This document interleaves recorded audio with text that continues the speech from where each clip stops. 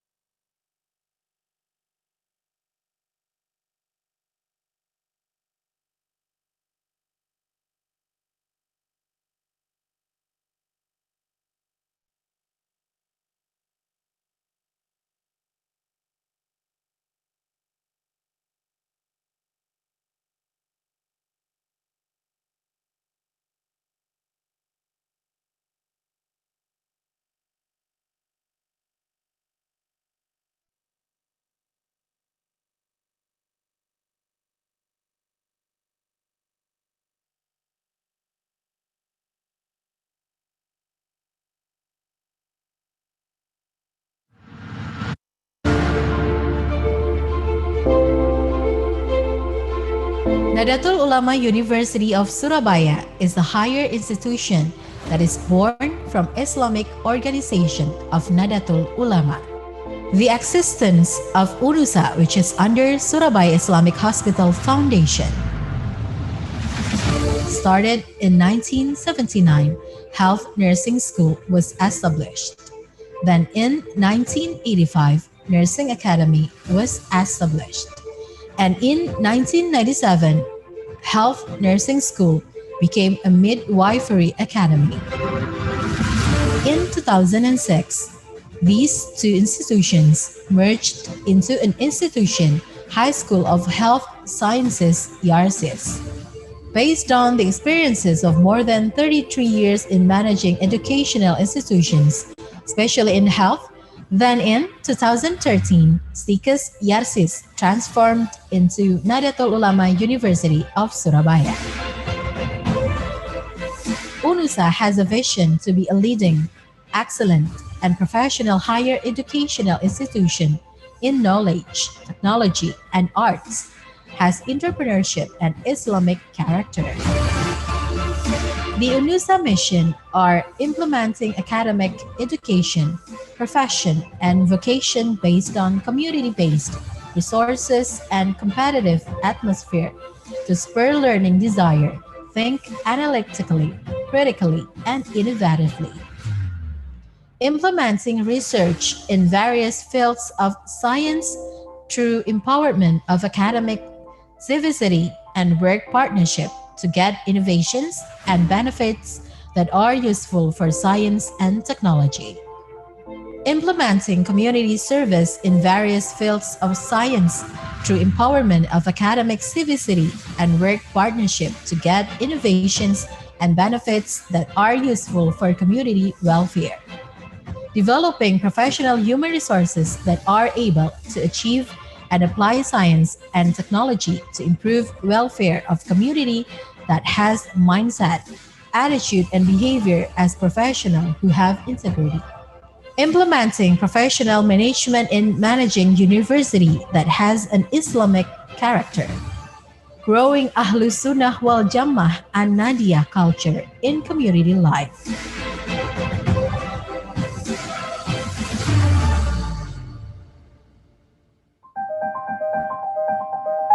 Currently, the accreditation of UNUSA receives B predicate, and almost all of the study programs are B accredited. UNUSA becomes the only one of private higher education in East Java that has applicable nursing magister program, which has B accredited. Year by year, the rank of UNUSA continues higher. Even 2016, UNUSA was in the position of 2085 from 3,244 higher educational institutions in Indonesia. In 2017, UNUSA was in position of 359 from 3,244 higher educational institutions in Indonesia. And in 2018, UNUSA was successful to achieve the 236th rating of 2010 higher educational institutions in Indonesia. At the end of 2018, UNUSA was revealed as a new private higher education with acceleration of best management by High Education Service Institutions L2 Dikti Regional 7 East Java. In the beginning of 2019, UNUSA was successful to achieve a gift award of the best first NU higher educational institution predicate in Indonesia, which is given by LPTNU Indonesia. UNUSA has 6 faculties with 20 study programs. Medical faculty, doctor profession, undergraduate medical education. Health faculty, undergraduate public health sciences, undergraduate nutrition. Associate degree medical technology, associate degree occupational health and safety. Nursing and midwifery faculty, master degree nursing, nurse profession, undergraduate nursing, associate degree nursing.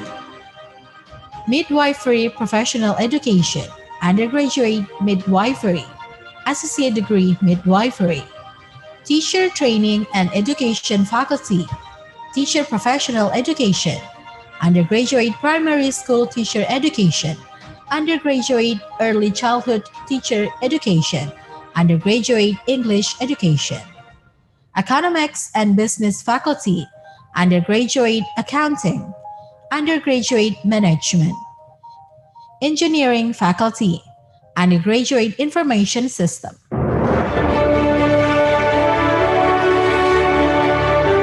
UNISA is ready to compete in Industrial Revolution era of 4.0. UNISA understands how importance of information technology role in the campus learning process.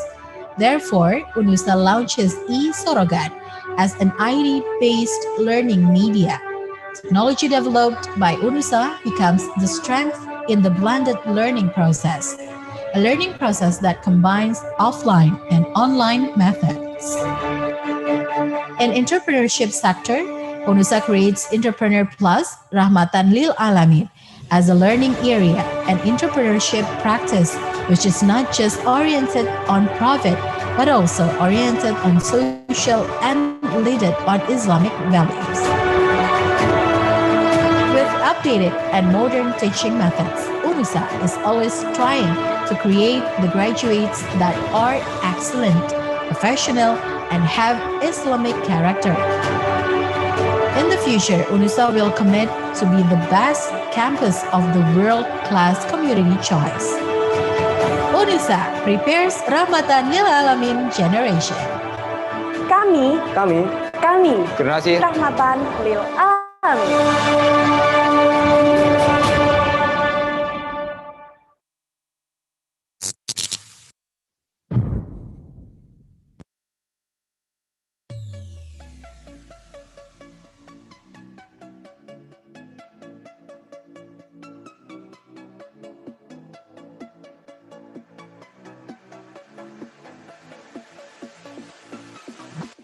PBI FKIP UNUSA mencetak generasi Rahmatan Lil Alamin. Menjadi program studi yang mencetak tenaga pendidik bahasa Inggris yang profesional, unggul, menguasai ipteks dalam pembelajaran bahasa Inggris, berjiwa wirausaha di bidang bahasa Inggris, dan berjati diri Islami di tingkat lokal pada tahun 2020, di tingkat nasional tahun 2025, dan di tingkat internasional tahun 2030.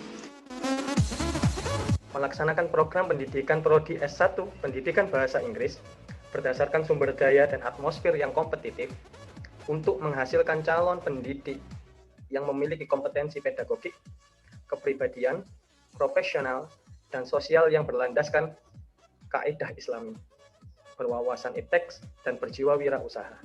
Melaksanakan penelitian di bidang pendidikan bahasa Inggris melalui pemberdayaan civitas akademika dan mitra kerja untuk mendapatkan inovasi dan keuntungan yang bermanfaat bagi ipteks. Melaksanakan pengabdian kepada masyarakat di bidang pendidikan bahasa Inggris melalui pemberdayaan civitas akademika dan mitra kerja untuk mendapatkan inovasi dan keuntungan yang bermanfaat bagi kesejahteraan masyarakat. Melaksanakan manajemen yang profesional untuk meningkatkan pengelolaan program studi dengan mengaktualisasikan nilai-nilai Islami. Menjalin kerjasama dengan stakeholder baik di dalam maupun di luar negeri untuk menghasilkan lulusan pendidikan bahasa Inggris yang berkualitas dan berjati diri Islami sesuai dengan kebutuhan dunia pendidikan. Assalamualaikum warahmatullahi wabarakatuh. Suatu kebanggaan bagi saya untuk dapat menjadi bagian dari S1 Pendidikan Bahasa Inggris FKIP UNUSA karena di sini mahasiswa dididik untuk dapat cakap dan berprestasi baik akademik maupun non-akademik, sehingga harapannya mahasiswa dapat aktif dan kreatif untuk dapat menjawab tantangan zaman. I hope you can join us to learn and share your capability with us. Thank you. Wassalamualaikum warahmatullahi wabarakatuh.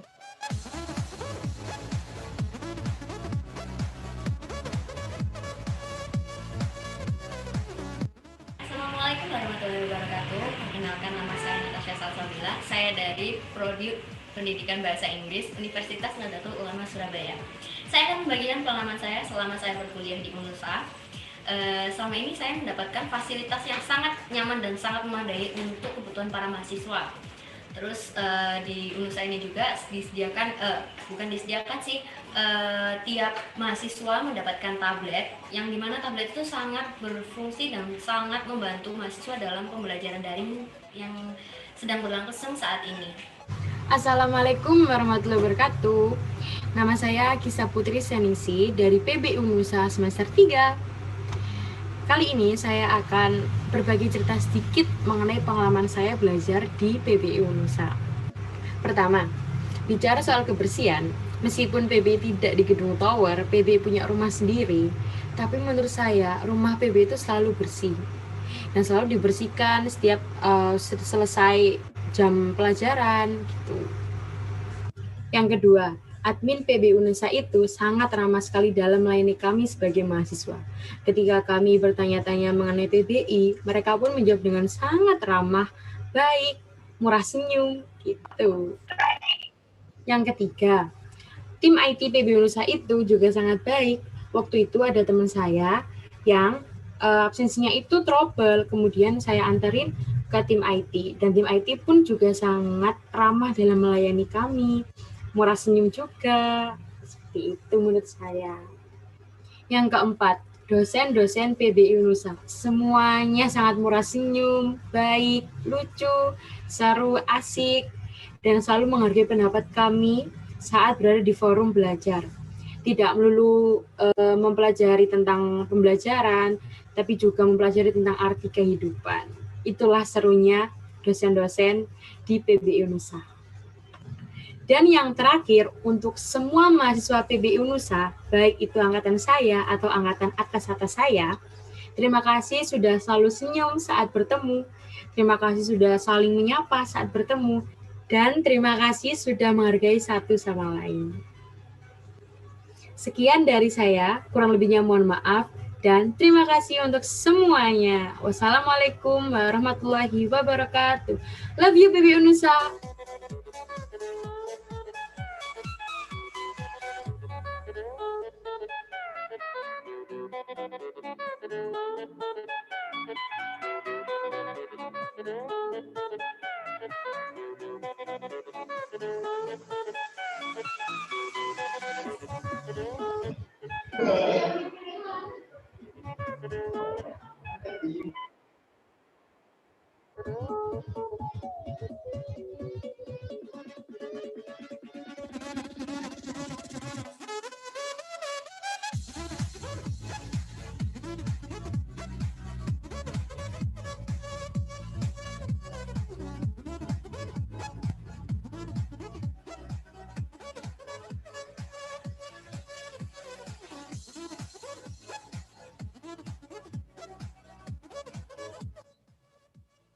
Tenaga pengajar di semua jenjang pendidikan. Entrepreneur kursus bahasa Inggris. Penerjemah profesional. Wartawan dan editor. Sastrawan dan penulis buku. Pembawa acara atau MC. Tour guide. Staf kedutaan. Bekerja sebagai Kementerian Luar Negeri, Kementerian Pendidikan, Kementerian Kebudayaan, dan lain-lain.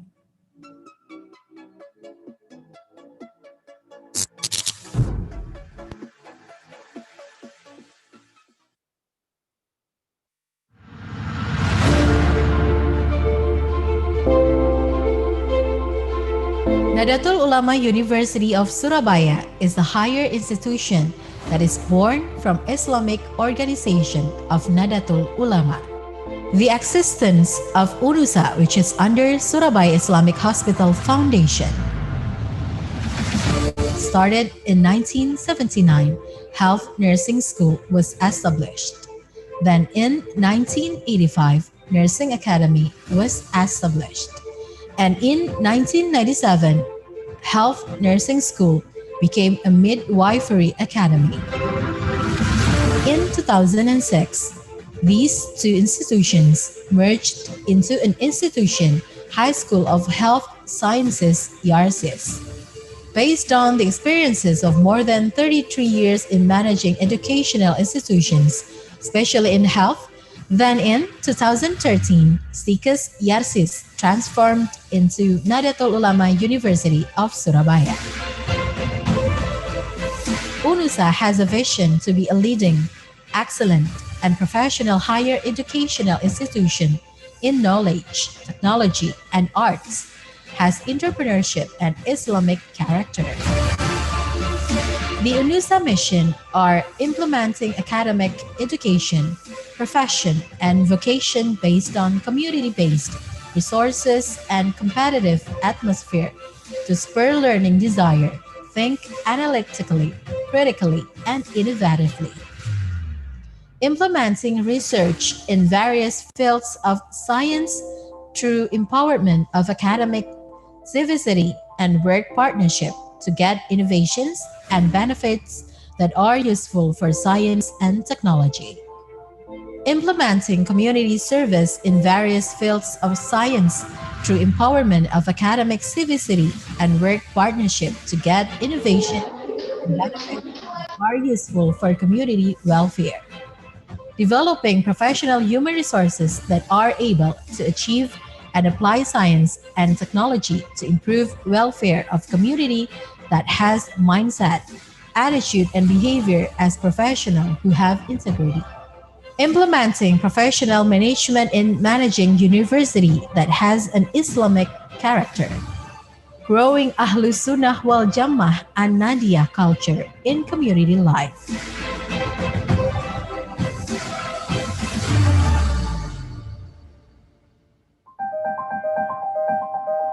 Currently, the accreditation of UNUSA receives B predicate, and almost all of the study programs are B accredited.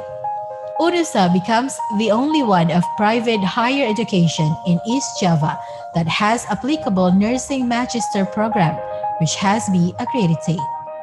Year by year, the rank of UNUSA continues higher. Even 2016, UNUSA was in the position of 2085 from 3,244 higher educational institutions in Indonesia.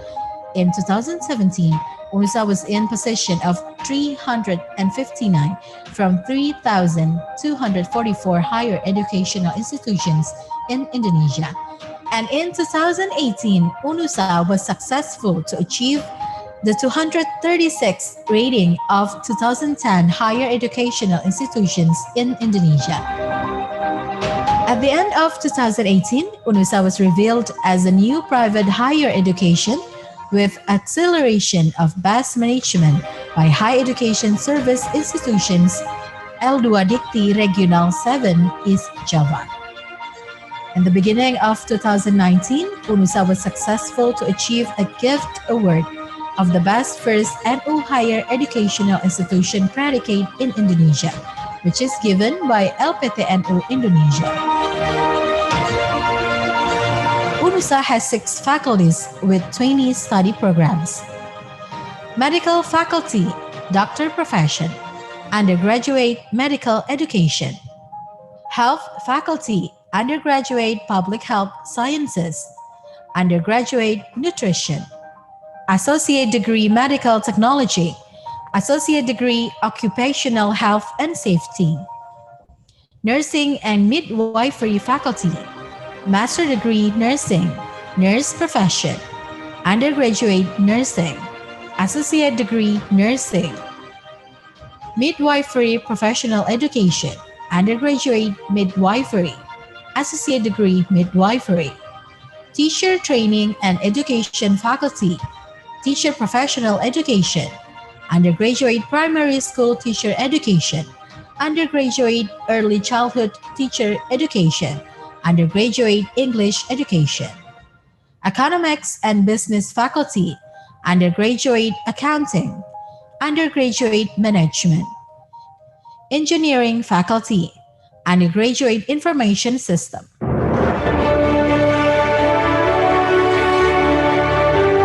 UNUSA is ready to compete in industrial revolution era of 4.0. UNUSA understands how importance of information technology role in the campus learning process. Therefore, UNUSA launches eSorogat as an ID-based learning media.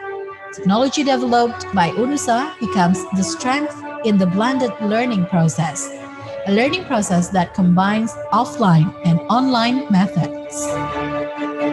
In entrepreneurship sector, UNUSA creates Entrepreneur Plus Rahmatan Lil Alamin as a learning area and entrepreneurship practice which is not just oriented on profit but also oriented on social and leaded on Islamic values.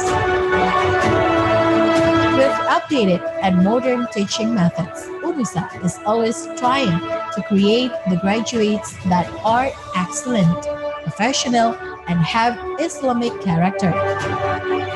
In the future, UNUSA will commit to be the best campus of the world-class community choice. UNUSA prepares Rahmatan Lil Alamin generation. Kami generasi Rahmatan Lil Alamin.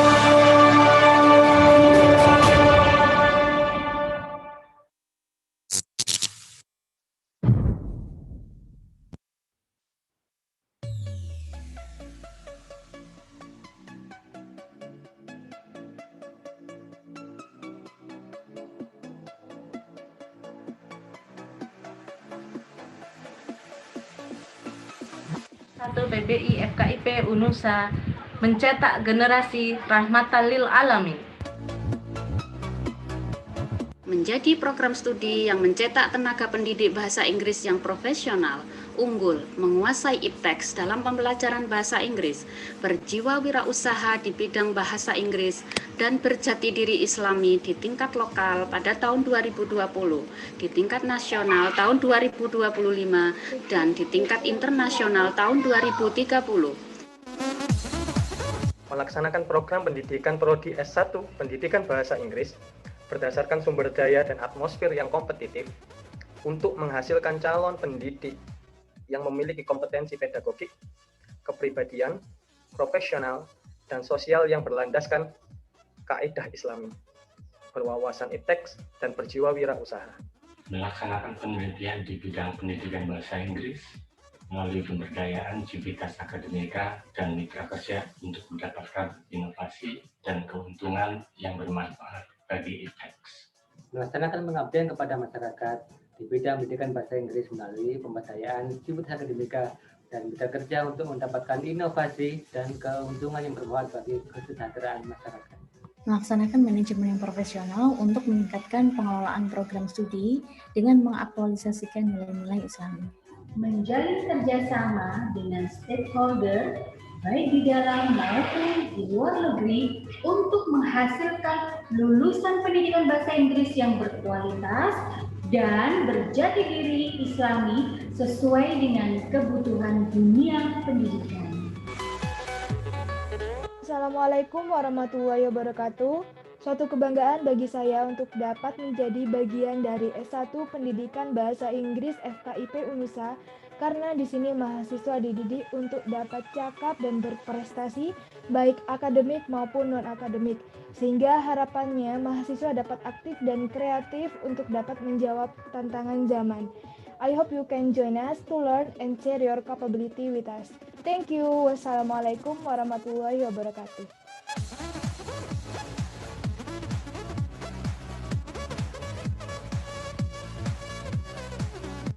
Assalamualaikum warahmatullahi wabarakatuh. Perkenalkan, nama saya Natasha Salsabila. Saya dari Prodi Pendidikan Bahasa Inggris Universitas Nahdlatul Ulama Surabaya. Saya akan membagikan pengalaman saya selama saya berkuliah di UNUSA.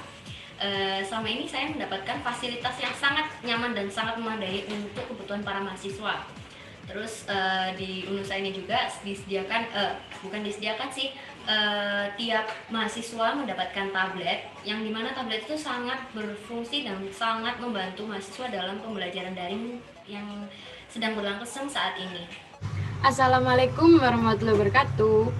Nama saya Kisah Putri Seningsi dari PB UNUSA semester 3. Kali ini saya akan berbagi cerita sedikit mengenai pengalaman saya belajar di PB UNUSA. Pertama, bicara soal kebersihan, Meskipun PBI tidak di gedung tower, PBI punya rumah sendiri, tapi menurut saya rumah PBI itu selalu bersih dan selalu dibersihkan setiap selesai jam pelajaran gitu. Yang kedua, admin PBI Unusa itu sangat ramah sekali dalam melayani kami sebagai mahasiswa. Ketika kami bertanya-tanya mengenai PBI, mereka pun menjawab dengan sangat ramah, baik, murah senyum gitu. Yang ketiga, tim IT PBI Unusa itu juga sangat baik. Waktu itu ada teman saya yang absensinya itu trouble, kemudian saya anterin ke tim IT. Dan tim IT pun juga sangat ramah dalam melayani kami. Murah senyum juga. Seperti itu menurut saya. Yang keempat, dosen-dosen PBI Unusa. Semuanya sangat murah senyum, baik, lucu, seru, asik, dan selalu menghargai pendapat kami saat berada di forum belajar. Tidak melulu mempelajari tentang pembelajaran, tapi juga mempelajari tentang arti kehidupan. Itulah serunya dosen-dosen di PBI Unusa.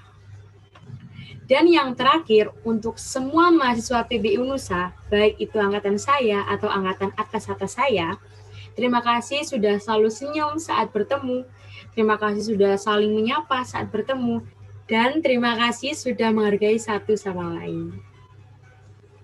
Sekian dari saya, kurang lebihnya mohon maaf, dan terima kasih untuk semuanya. Wassalamualaikum warahmatullahi wabarakatuh.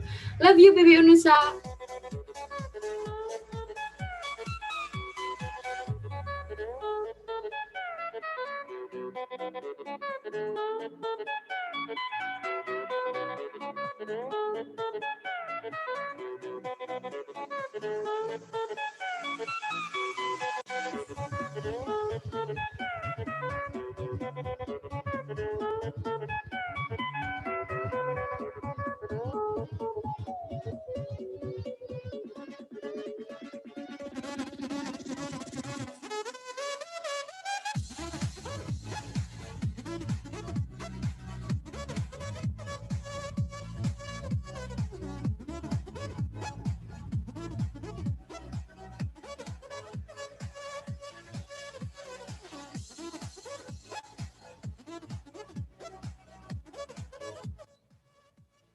Tenaga pengajar di semua jenjang pendidikan.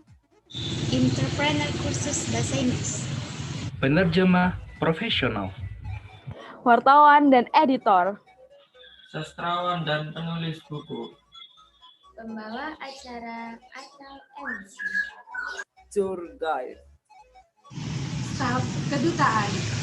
Bekerja sebagai Kementerian Luar Negeri, Kementerian Pendidikan, Kementerian Kebudayaan, dan lain-lain.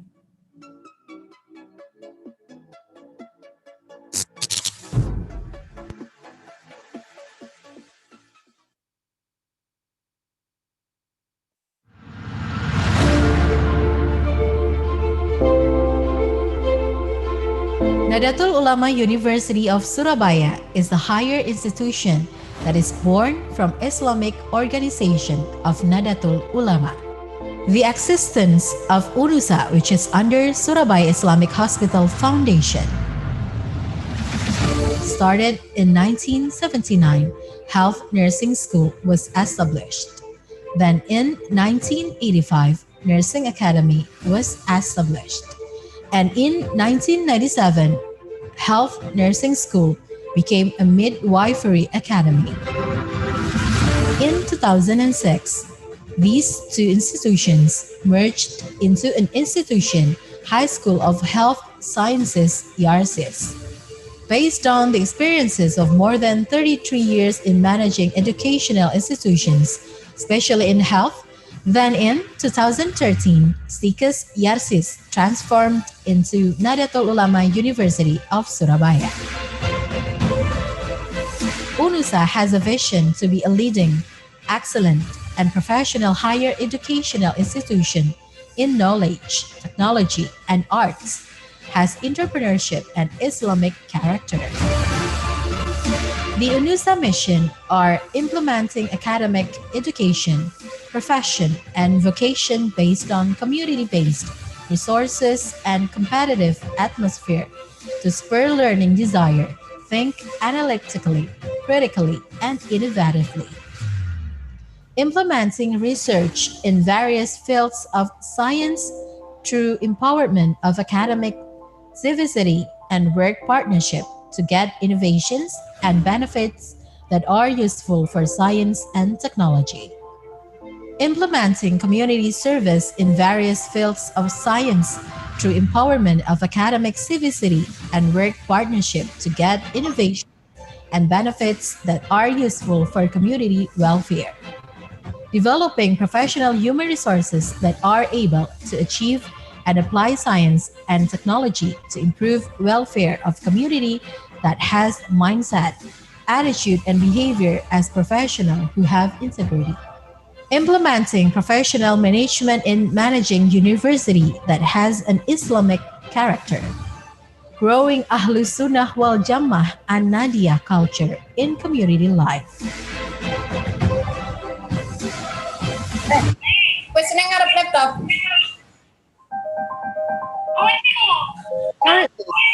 Iya, kakek promone yo. And almost all of the study programs are B accredited.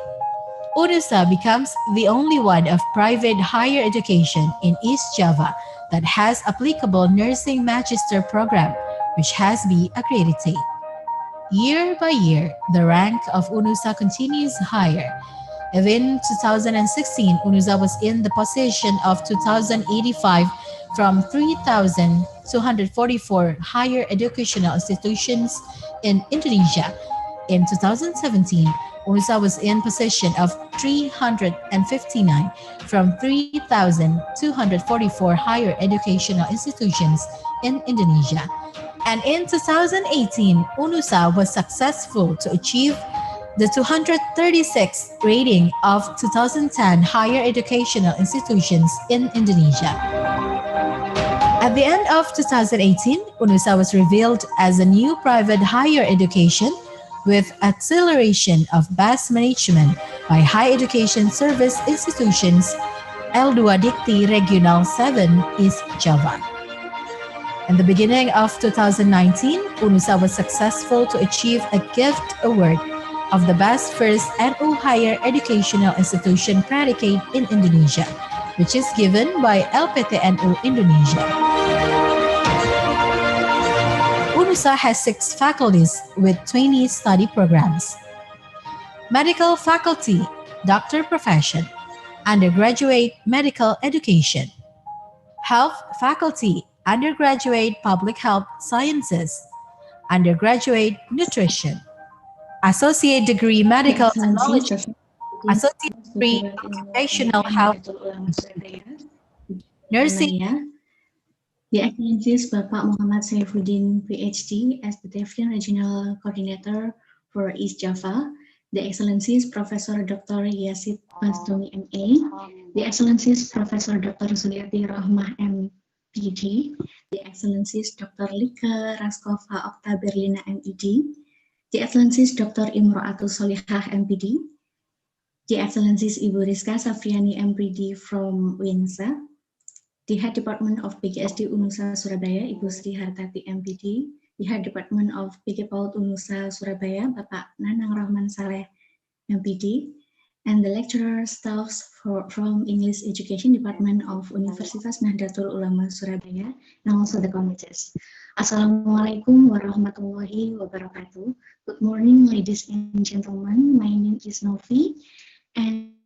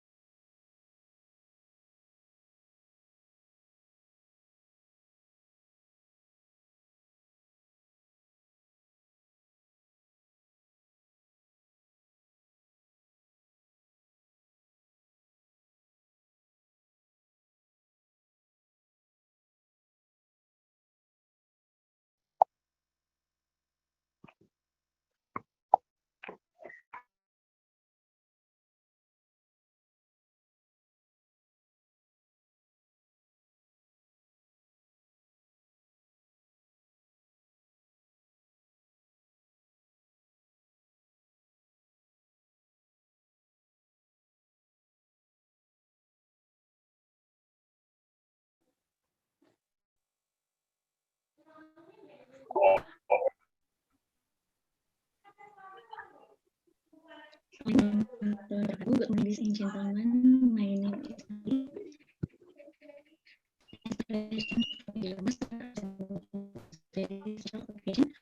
Of English institutions in this development. First of all, thanks all who have assistance as so we can attend this special event without any obstacles. Praise upon our Prophet Muhammad SAW who brought us to the path of light from the darkness in this life. So, in this special occasion, we have several agenda as follows.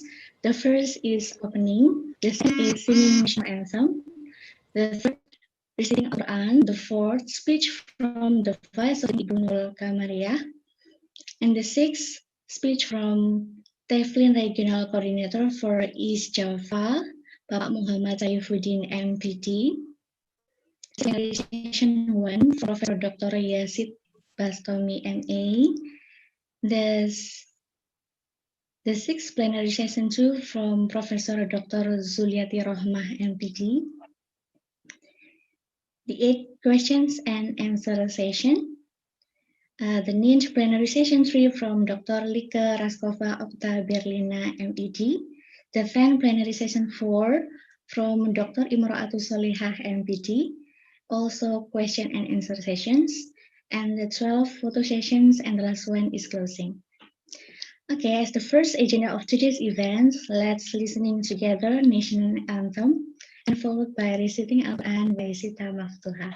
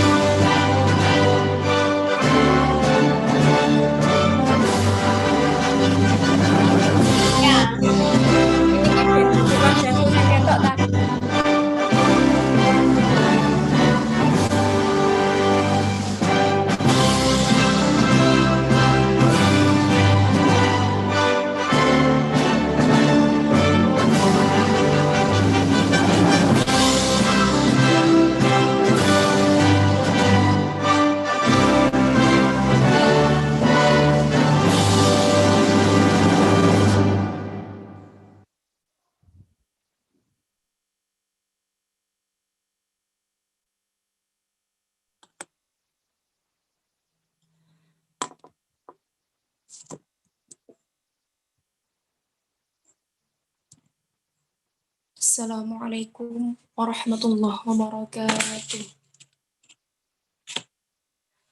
Waalaikumsalam warahmatullahi wabarakatuh. A'udzu billahi minasy syaithanir rajim. Bismillahirrahmanirrahim.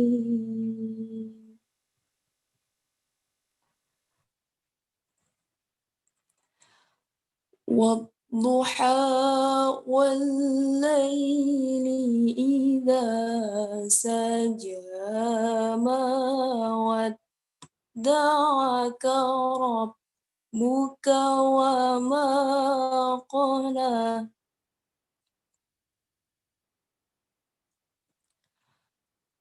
وللآخرة خير لك من الأولى ولسوف يعطيك ربك فترضى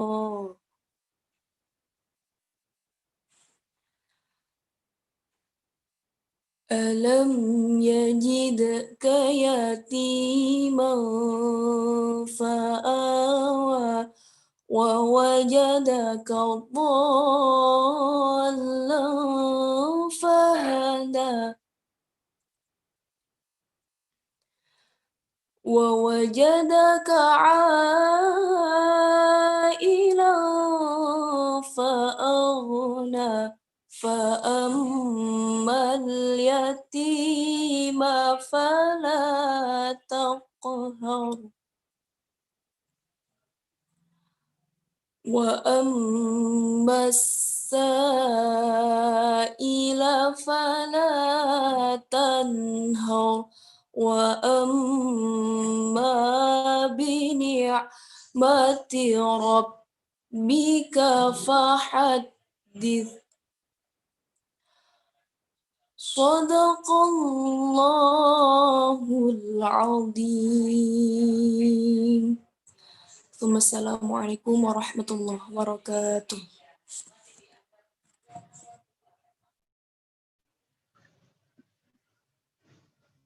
Ladies and gentlemen, the next agenda is the speech that will be delivered by the Vice of the Dean of Fakultas Keguruan dan Ilmu Pendidikan Universitas Nahdlatul Ulama Surabaya, Ibu Nurul Kamariah. So, Ibu Nurul Kamariah, the time is yours. Baik, terima kasih. Assalamualaikum warahmatullahi wabarakatuh. Waalaikumsalam warahmatullahi wabarakatuh. Alhamdulillahirabbil alamin. Wassalatu wassalamu asrofil anbiya'i wal mursalin Sayyidina Muhammadin wa ala alihi wa sahbihi ajmain. Amma ba'du. Puji syukur kita panjatkan kehadirat Allah Subhanahu wa taala yang telah melimpahkan rahmat-Nya kepada kita semua dalam keadaan sehat walafiat. Amin. Amin ya rabbal alamin. Sehingga kita dapat hadir secara virtual dalam acara webinar TEFLIN, The Role of English Education Association in Promoting English Teacher Professional Development, yang berkolaborasi dengan LITA, Elite, dan APS PBI, yang dilaksanakan pada hari ini, Sabtu tanggal 17 Oktober tahun 2020. Sholawat serta salam semoga tetap tercurahkan kepada junjungan kita Nabi Muhammad SAW yang telah menunjukkan kepada kita jalan yang terang benderang. Yang saya hormati Bapak Muhammad Saifuddin, PhD, Koordinator Wilayah Jawa Timur yang akan memberikan sambutan pada acara hari ini. Yang saya hormati Profesor Dr. Yazid Bastami MI, Koordinator TEFLIN Publication Division. Yang saya hormati Profesor Dr. Zuliati Rohmah MPD, Presiden of LITA. Dan yang saya hormati Dr. Like Raskova Oktaberlina, MEG, Presiden of Elite.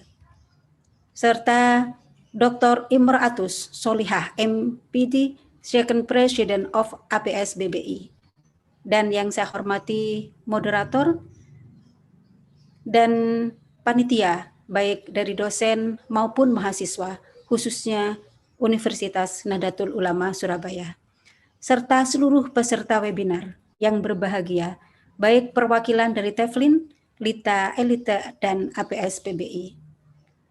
Pertama-tama saya ucapkan selamat datang di Universitas Nahdlatul Ulama Surabaya, walaupun kegiatan hari ini dilaksanakan secara virtual. Dan mohon maaf yang setinggi-tingginya dari pimpinan kami, Profesor Dr. Insinyur Ahmad Jazidi, M. Engineering, sebagai Rektor dan Wakil Rektor 123, serta Dekan yang tidak bisa mendampingi acara webinar hari ini karena mempunyai acara yang bersamaan dan tidak dapat ditinggalkan, yaitu pengukuhan mahasiswa baru. Baik, Bapak Ibu hadirin yang saya hormati, suatu profesi seharusnya memiliki asosiasi profesi, khusus pada bidang profesinya. Oleh karena itu, peran daripada asosiasi pendidikan, khususnya adalah bahasa Inggris, dalam mempromosikan pengembangan profesi guru bahasa Inggris sangat penting sekali. Suatu institusi utamanya pendidikan bahasa Inggris, khususnya yang ada di UNUSA, untuk bergabung atau menjadi anggota seperti keikutsertaan dengan The Association of the Teacher of English as a Foreign Language in Indonesia, Asosiasi Pengajar Bahasa Inggris di Indonesia atau Teflin, dan juga dengan Lita, Elite, dan APS PBI.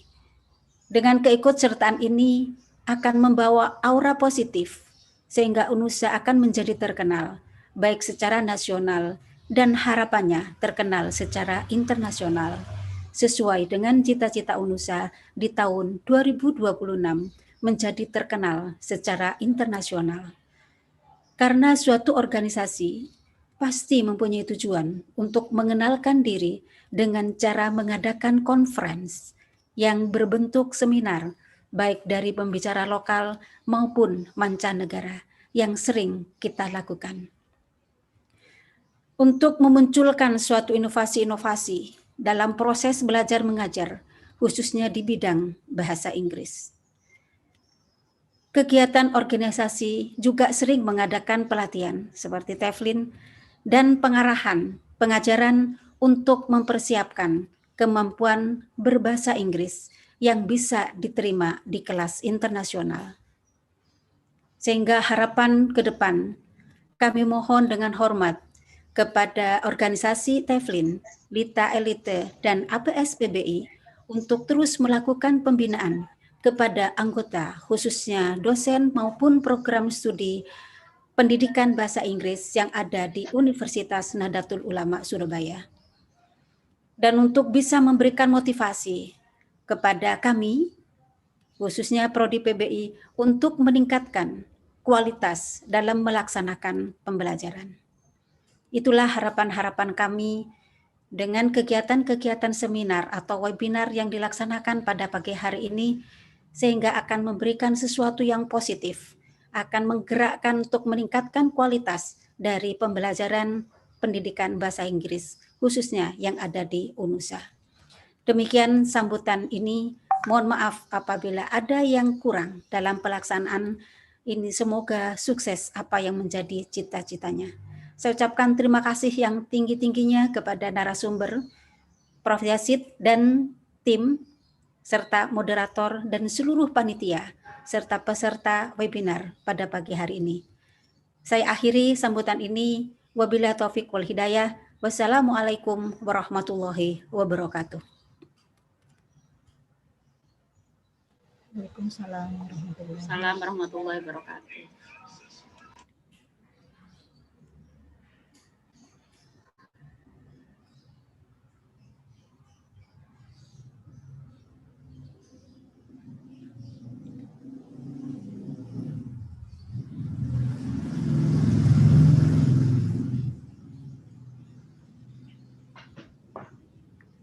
Okay, Ibu Nurul Kamaria, thank you for the speech.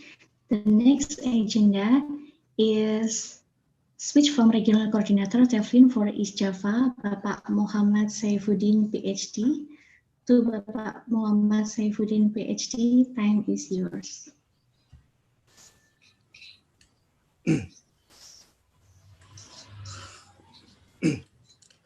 Assalamualaikum warahmatullahi wabarakatuh. Waalaikumsalam warahmatullahi wabarakatuh. Waalaikumsalam warahmatullahi wabarakatuh. Alhamdulillahirabbil alamin wassalatu wassalamu ala asyrofil anbiya'i wal mursalin wa ala alihi wa sahbihi ajma'in. Amma ba'du. Good morning. Selamat pagi Bapak Ibu semuanya. Yang saya hormati wabil khusus Bapak Dekan dan Ibu Wakil Dekan Ibu Nurul. Yang saya hormati Ibu Kaprodi PBI Unusa. Yang saya hormati juga para narasumber Prof. Yazid, Prof. Zuliati, Ibu Dr. Like, dan Ibu Dr. Iim. Yang saya hormati guru-guru saya yang insya Allah hadir pada hari ini, senior-senior saya yang juga hadir dalam webinar kali ini, dan juga yang berbahagia semua yang saya hormati juga Bapak Ibu peserta webinar dimanapun Anda berada. Saya lihat di chat room yang hadir ini from different parts of Indonesia, Bapak Ibu. Alhamdulillah.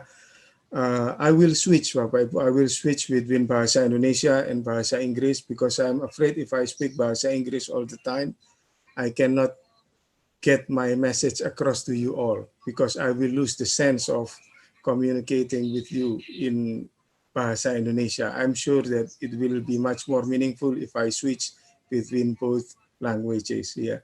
Baik, Bapak Ibu sekalian, let me introduce myself. My name is Syaifuddin, Muhammad Syaifuddin. I am a teacher in English department of UIN Sunan Ampel, Surabaya. And at the same time, I'm also the coordinator East Java chapter for TEFLIN. And it's been the third year for me to be the regional coordinator of TEFLIN for East Java. And there have been few activities that we have done with TEFLIN and few other partnering institutions. Bapak Ibu, many of you probably have been familiar with TEFLIN, but few may have not yet. So let me introduce a little bit about TEFLIN, Bapak Ibu. TEFLIN is a professional organization run primarily by volunteer members. And the members of TEFLIN are institutions and individuals focusing on teaching English as foreign languages in Indonesia. And that comes the term TEFLIN. TEFLIN stands for Teaching English as Foreign Language in Indonesia. Currently, the main office is in Yogyakarta, Bapak Ibu. And TEFLIN so far has been working and conducting on activities for professional development, for English education and assessment. So there have been many conferences, seminars, training, also publication, journal publication, book serials publication, as well as working on building international networking, Bapak Ibu.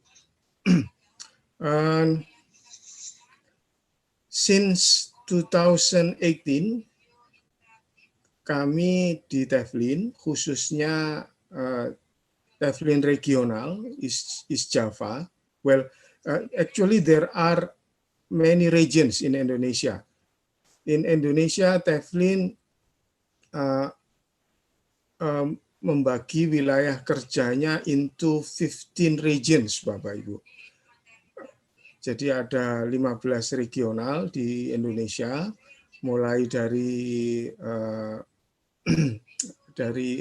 Aceh, Sumatera Barat, lalu kemudian Riau, Kepulauan Riau, hingga yang paling luas wilayahnya itu di Bali, Nusra. Ada juga Sulawesi, yang di wilayah timur itu luas-luas regionnya, yaitu Sulawesi, Maluku, Papua, dan Papua Barat. Each region has been actively promoting collaboration with local institutions to organize professional development activities like today's workshop, conferences, seminars, dan sebagainya, Bapak Ibu.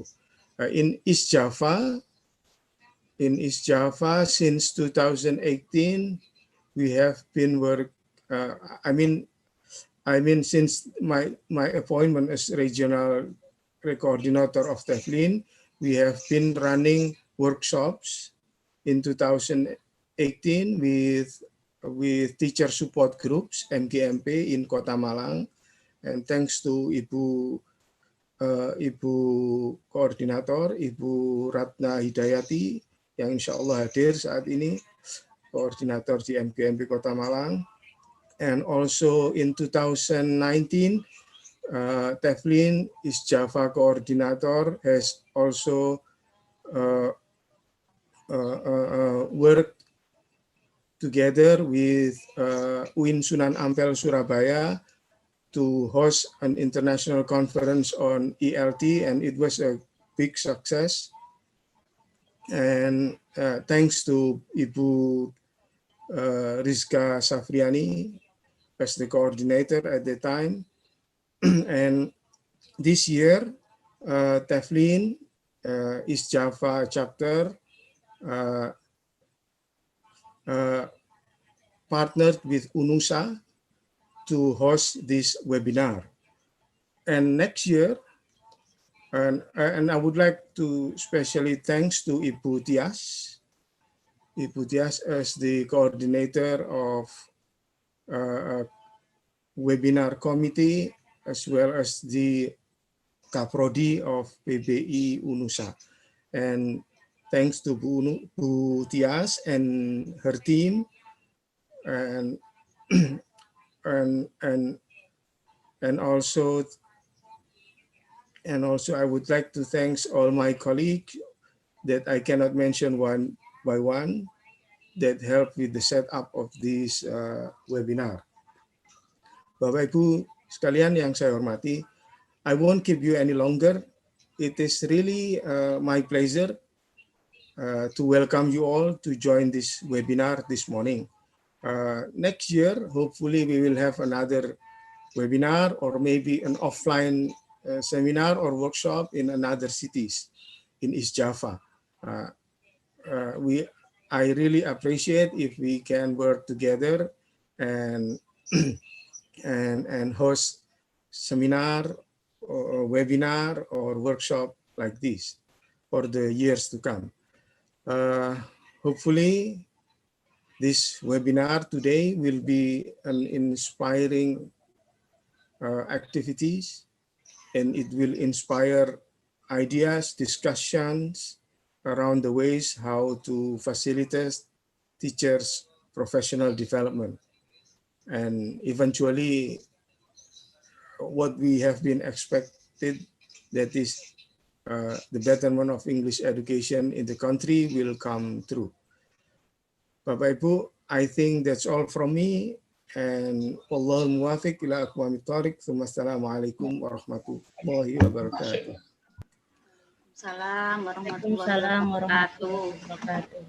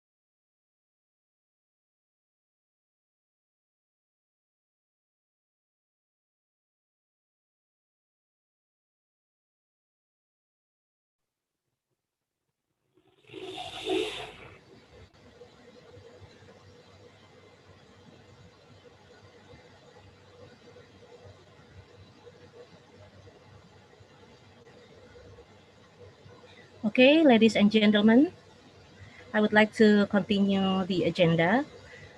The next agenda is plenary session. Bismillahirrahmanirrahim. Assalamualaikum warahmatullahi wabarakatuh. The Honorable, the Vice Dean of Teacher Training and Education Faculty of Nahdlatul Ulama University of Surabaya, Ibu Nurul Kamaria,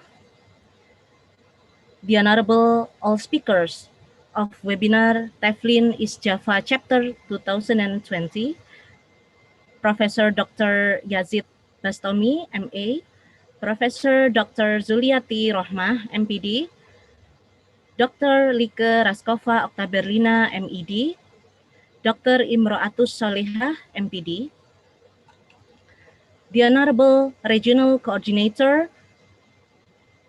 Teflin for East Java, Muhammad Saifuddin, PhD, and UINSA Lecturer Rizka Safriani, SSMPD, the Honorable, the invited guests, and all participants of this webinar. Firstly, I would like to say thank you very much for participating this event entitled The Role of English Education Associations in Promoting English Teacher Professional Development. Here, I would like to introduce myself. My name is Tiasa Putri. I'm as the moderator of this first plenary session. And for your information that this event is held in collaboration between Teflin and Nahdlatul Ulama University of Surabaya. It also collaborated with other national associations, LITA, ELIT, and APS PBI. For this plenary session, I would like to invite two speakers. They are Professor Dr. Yazid Bastomi, MA, and Professor Dr. Zuliati Rohmah, MPD. Before it starts, I would like to read the curriculum vitae of Professor Dr. Yazid Bastomi, MA. Ladies and gentlemen, let's invite him. But before that, I would like to show first. Excuse me, I would like to share screen.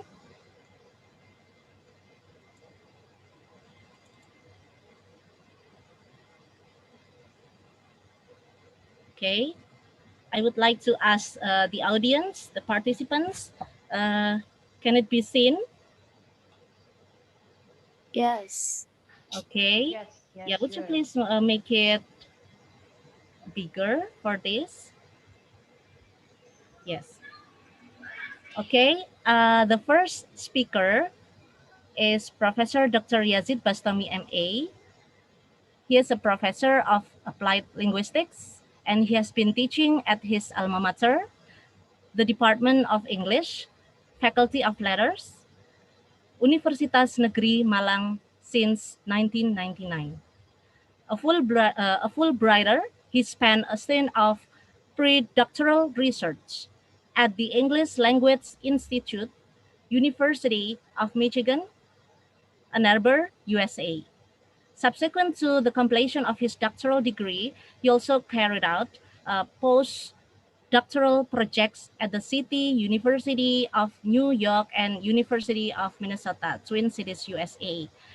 His educational backgrounds and research interests have led him to work in the area of applied linguistics, leading to his professorship. In addition to his tenure in the alma mater, he was also once appointed adjunct lecturer at the University of New England, Australia, with the main job of co-supervising a PhD thesis writing. Wow, it's so awesome, ladies and gentlemen. In 2019, he was a visiting professor at Linnaeus University, Sweden, sponsored by Erasmus+. Since recently, he has also been co-supervising two PhD students at Charles Darwin University, Australia. So that is his curriculum vitae. Ladies and gentlemen, Let's invite him to present the material. Please welcome Professor Dr. Yazid Bastami, MA. The time is yours. Assalamualaikum. Waalaikumsalam warahmatullahi wabarakatuh. Prof. Yazid. Bismillah, alhamdulillah, wassalatu Waalaikumsalam, wassalamu Pak ala Yazid. rasulillah, wassalatu wassalamu ala rasulillah wa ala alihi wa sahbihi wa mawalah. La hawla wa la quwwata illa billah.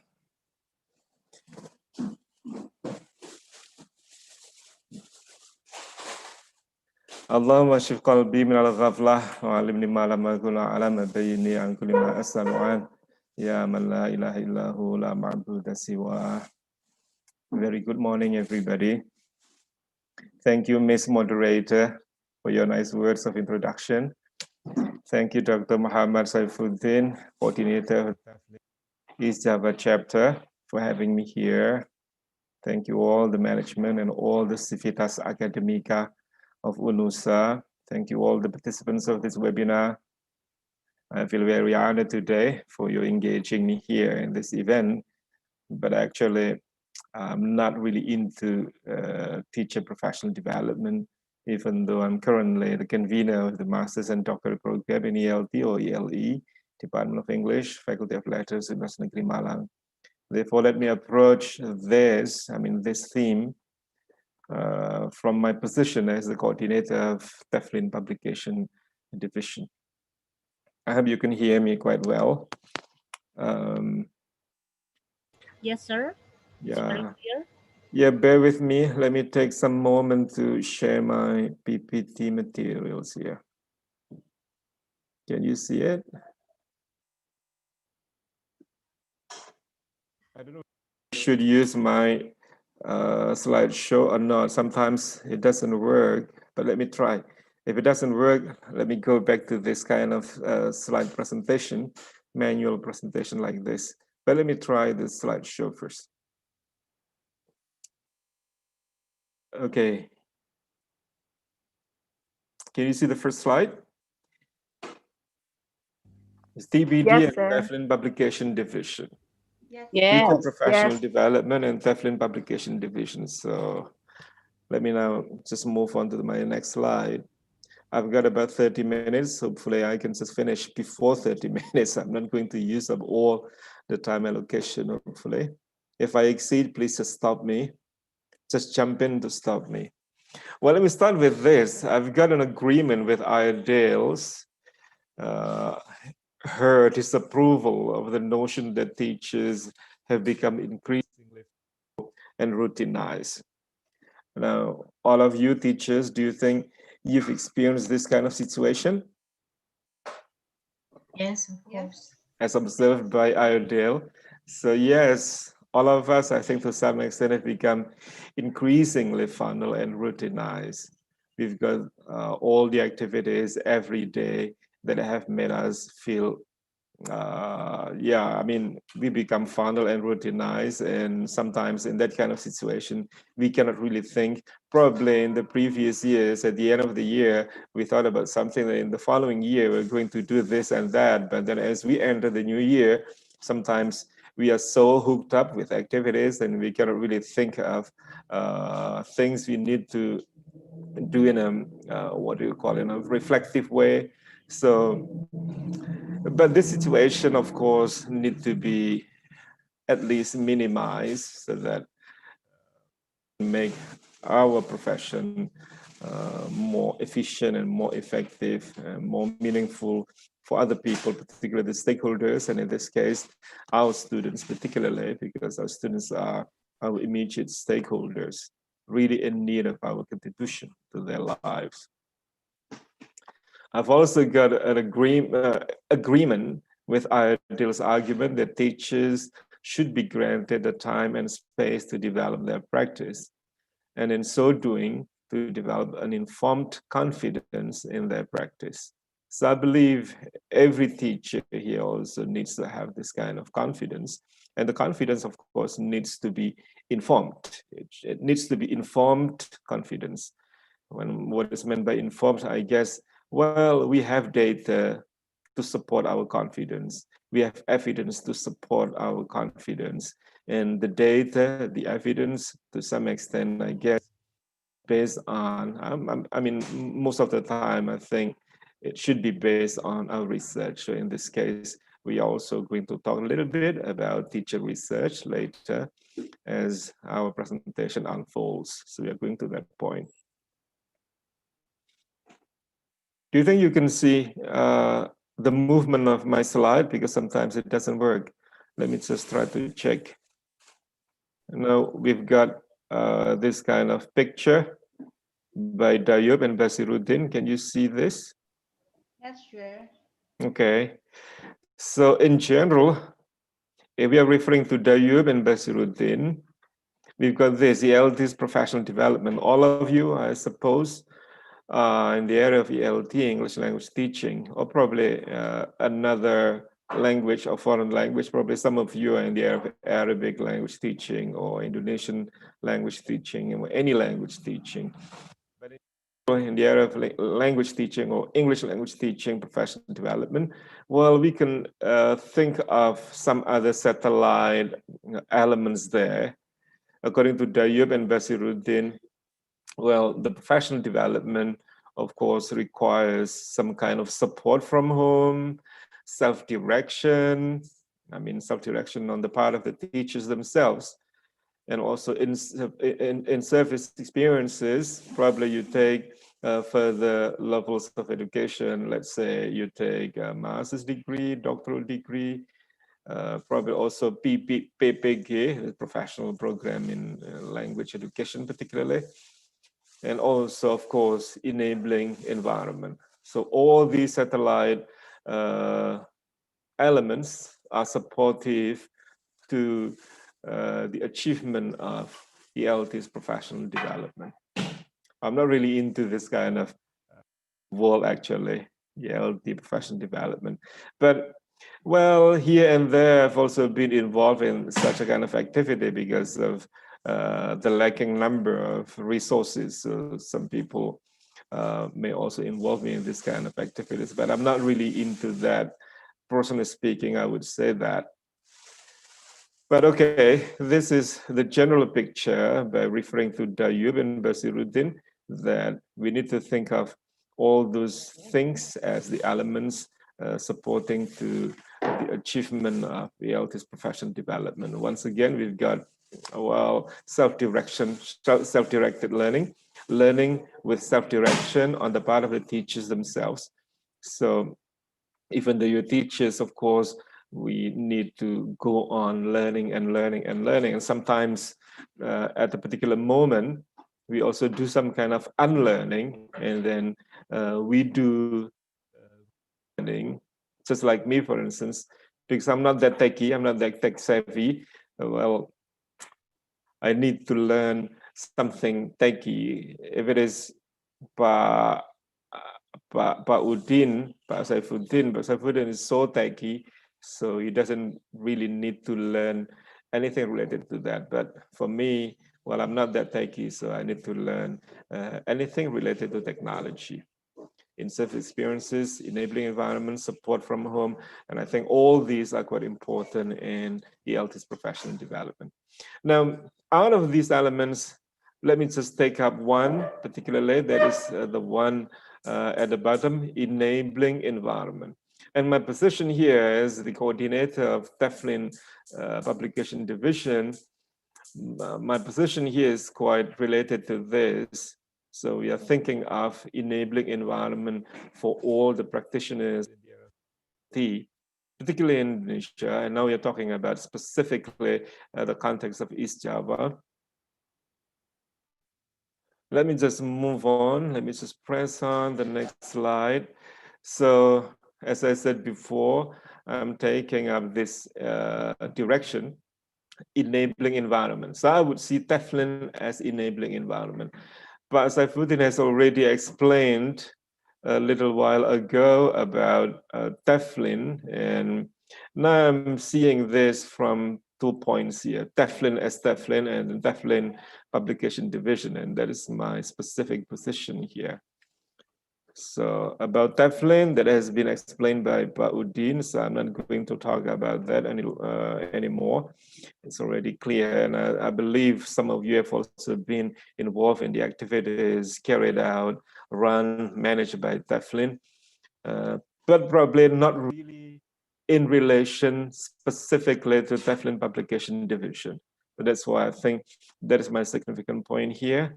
In our event today, I'm going to see our issue about ELT professional development from the position of TEFLN Publication Division.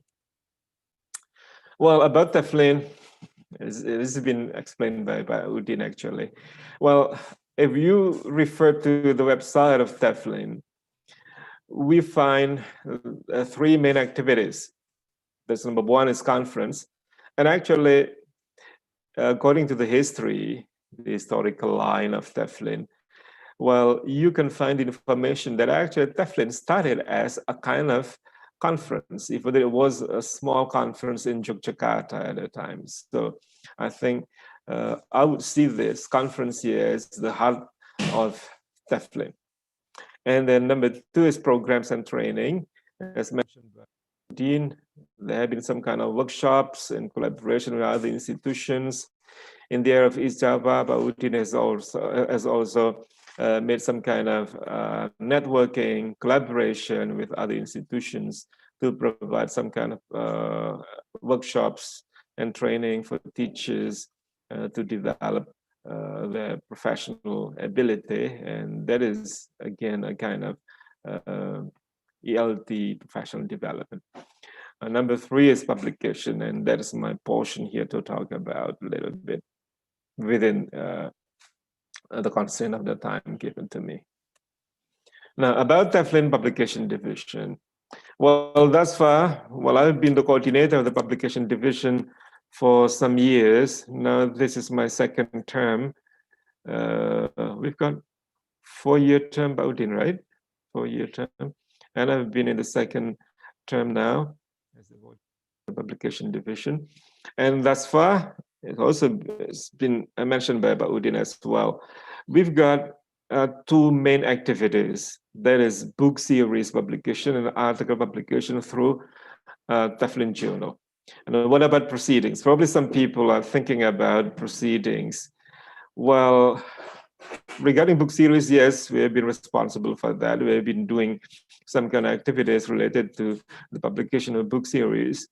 And of course, which we has been working on thus far is article publication in the TEFLN Journal. What about proceedings? This is ambivalent.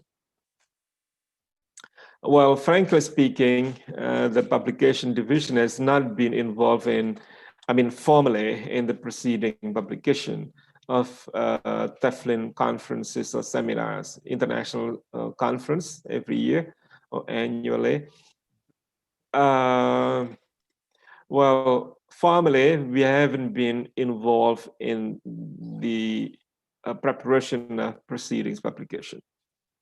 It has an ambivalent status because usually the proceedings are handled by the local committee of TEFLN annual seminar. So if I was involved, for instance, personally, I was involved and any member, the other members of Publication Division, if they are also involved, when, well, it's not a kind of formal involvement, but rather there's a kind of individual involvement.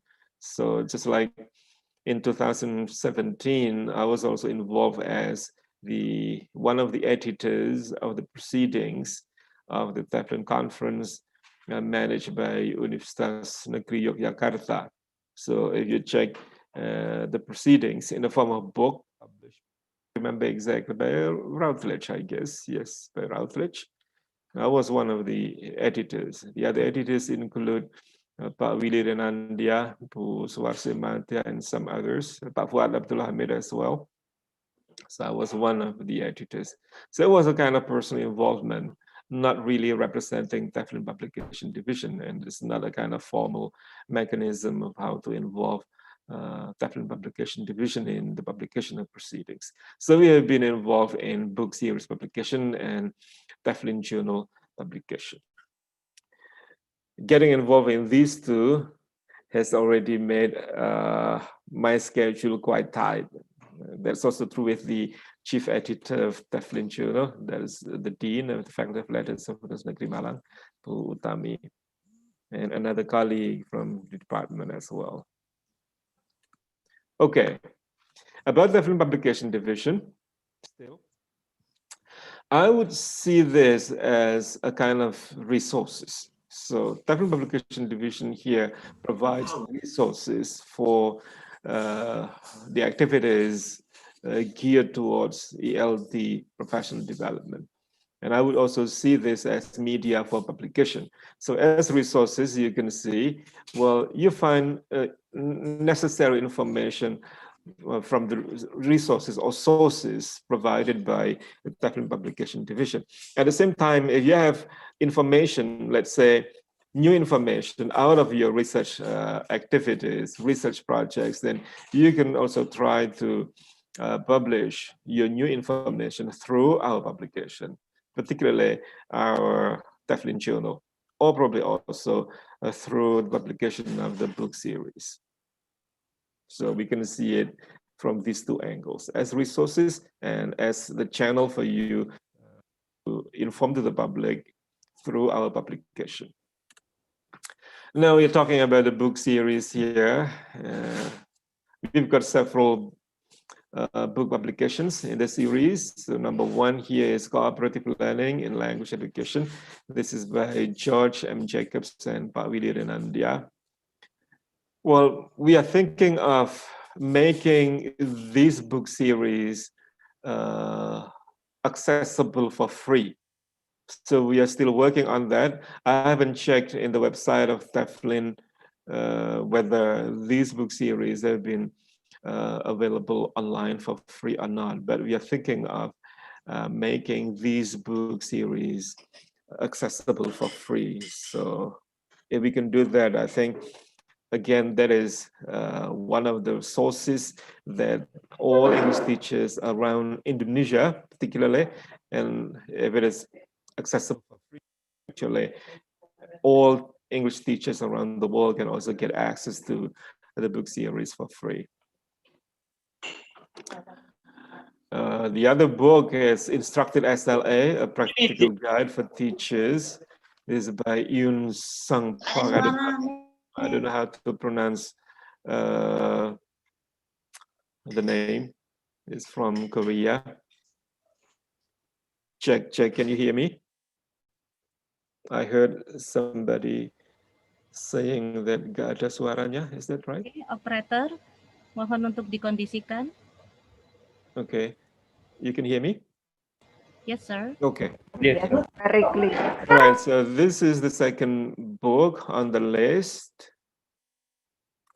The third book is this by I.C. Lee, Feedback in L2 Writing Classrooms. So those who are interested in writing aspect of our English teaching and learning, then you may get access to this by I.C. Lee. We also have this is brand new by Bu Helena, Implementing a Text-Based Approach in English Language Teaching. Brand new. It was just made available several weeks ago. Some people just made a kind of celebration, congratulating Bu Helena for this. And then Inspirational Stories from English Language Classrooms by Bu Flora de Flores and Pak Widhi Renandia. Well, those who are interested in classroom action research, I think you can also learn something from this. Inspirational Stories from English Language Classrooms. Well, later probably you will think of reshaping your understanding about classroom action research, because actually teacher research is not limited to some classroom action research. That is one of the possible ways of how to do that, but that's not the only one. And probably later you can also learn more that when we talk about classroom action research, we do not really need to always talk about cycles. What else? Because I've got an impression thus far that if we do classical action research and you don't present any information about the cycles, then yours is not classical action research. I've got that kind of impression. So better think it over and get some more inspirations for your teacher research activities. And then this one by Nguyen Thi Thuy Minh, I don't know how to pronounce that. It's really hard to pronounce Vietnamese name, and also Ly Van Chant. And I think this is very, very important because we are talking about pragmatics, the teaching of pragmatics. Whereas we as Indonesian English language teachers, we have been raised in a country with their own cultural norms.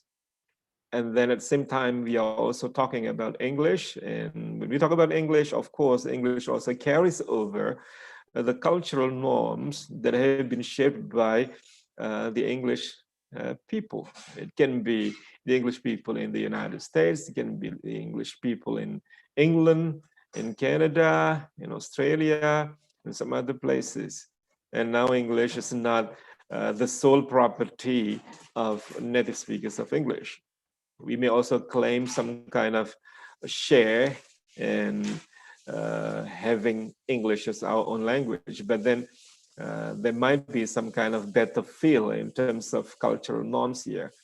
And when we talk about pragmatics, of course, we cannot leave out any about cultural norms, because pragmatics is always culture bound. And when we talk about culture-bound activities, then there might be the challenges, if not the dangers, the challenges of thinking over about our own culture vis-a-vis the cultural norms of English, because we are English language teachers. So you may try to download this later if it is accessible for free, and try to check whether thus far our understanding about pragmatics issues has been on the right track or not. And okay, that might be a very significant and crucial resource for our own practice as professionals in the area of English language teaching. The next on the list is by Rod Ellis, Introducing Language Teaching. So the one by Bu Helena, text-based, and this one is task-based. So we got quite a number of options to, to enhance our understanding about English language teaching for our own profession. And then the next on the list by Brian Tomlinson. So you can see that we've got really big shots, big names in the area. So you got Brian Tomlinson, you got Pak Widirananda, we've got some others like Jacobs, etc.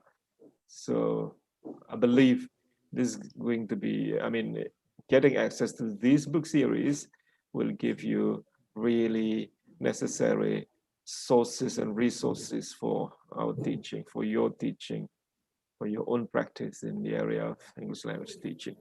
Evaluating, adapting, and developing materials for learners of English as an international language.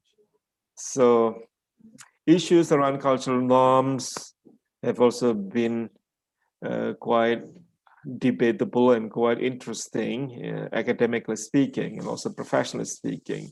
So we may also approach English language teaching practice from the international perspective, and you may find this book by Brian Tomlinson quite intriguing, so don't miss it out.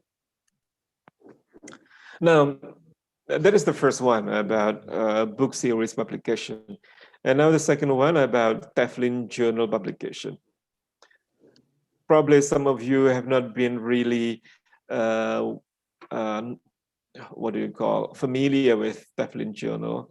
There's a biannual journal published by Publication Division of Teflin, and then a double-blind review journal publishing both conceptual and research-based articles in various aspects. Double-blind peer-reviewed, so you can just imagine that it's going to be hard, of course, to some extent, but it doesn't need to discourage you to try to get your manuscript published in Teflon Journal. And this journal has been accredited with A rating or Sinta 1, effective for 5 years from the 23rd of May 2016. And it has been indexed in DOAG, EBSCO, ProQuest, ERIC, Asian Citation Index, and these days Indonesia has been what do you call Scopus, has been experiencing Scopus fever, if not Scopus vibe. Okay, many faculty members at higher education institutions are so what do you call absorbed with this kind of ambition of publishing their articles in index journals. Now Teflon Journal has been indexed in Scopus. If you aspire to be professors, then you may make use of Teflon Journal as your platform to publish your manuscripts, research-based, and it can be research-based, it can be conceptually based. And this is open access, no processing and publication fees. You may find that some other journals charge you with processing and publication fees, but Teflon Journal doesn't charge you with any processing and publication fees. I think this is quite important for us because we don't really, as language teachers in the Indonesian context, probably we don't really make good money. So it is quite important to know that Teflon Journal doesn't charge you any fees, processing as well as publication. The flowchart, I believe you're familiar with this, but if you haven't got the experience of publishing your manuscripts for journal publication, probably this might be new. But for those who have published, then this is not really new. Let me just move to the next slide quickly. How long do I still have the time?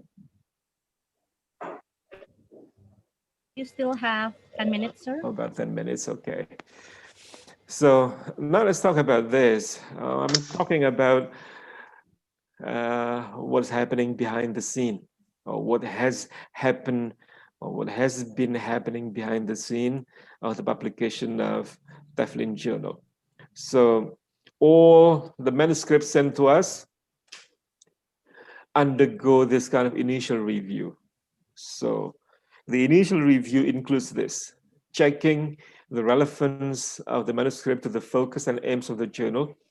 So for trying to submit your manuscripts, of course, you will need to read the focus and the aims of the journal and try to check whether your manuscript really hits the focus and aims of the journal. And we also check the language and content, we check the abstract, we check the conclusions, we check the number of words of your manuscripts. We also check the references, whether the references use primary sources more than secondary sources, whether you use legitimate sources, articles, journals, I mean the journals, whether the journals are legitimate or predatory, etc., etc. So we try to make sure all those things. And also we check the up-to-dateness of the references. So you need to bear in mind here, if you have the aspiration to try to submit your manuscripts to Teflon Journal, you need to make sure that you use more primary. What is meant by primary sources? Well, you can check this kind of definition in methodological books. I mean, research methodological books. There are a lot of books on research methodology, and you can find information about what is meant by primary sources, what is meant by secondary sources. The next one, the initial review number 2. We also check the completeness of the manuscript. Sometimes the manuscript has got good and intriguing title. The abstract is okay, the introduction is okay, the methodology is okay, or method is okay. The findings are presented in a nice way, but then sometimes there is no discussion of the findings, and then you jump to the conclusion. If the conclusion actually has some aspect of discussion, there's not problem, but sometimes it doesn't have the discussion element in the conclusion. So what is problematic here is that we can barely see any discussion of the findings. If that is the case, then it is not that complete. So you may find that we may simply put this aside, or if we are nice enough, we may ask the person submitting the manuscript to revise that. So we've got conceptual papers as well as research-based papers.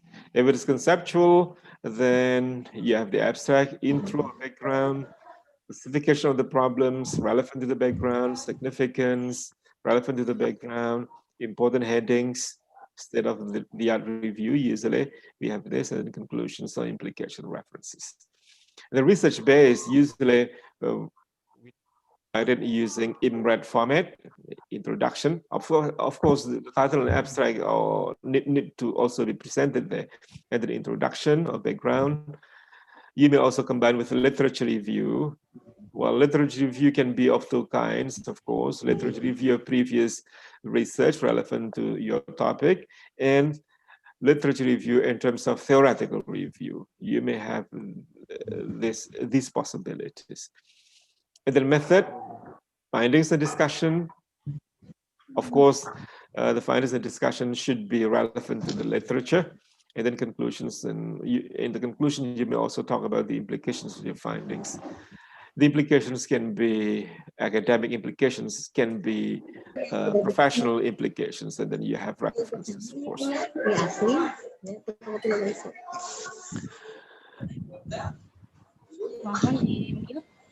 And after the initial review, Entar dulu A-nya habis. Habis kok. Acan, Fajri mana? Gantar. Cicing, anak ibu heula. got unnecessary noises out there. Mungkin anak terema, ya anak kandung lah. Excuse me, operator. Yeah. Yeah, please help. Thank you. Okay, let me move on. After the initial review, well, let me just tell you this. In the initial review, particularly within the context of the international conference that we've got, I mean, that TEFLIN has got, usually we receive really a big number of manuscript submissions. I mean, a big number of manuscripts submitted to us. And of course, we need to work fast in order to make sure that, okay, we've got timely response to the submission. We've got really huge number. And because we've got really huge number, then we need to make it efficient in working, in selecting the manuscripts for possible application.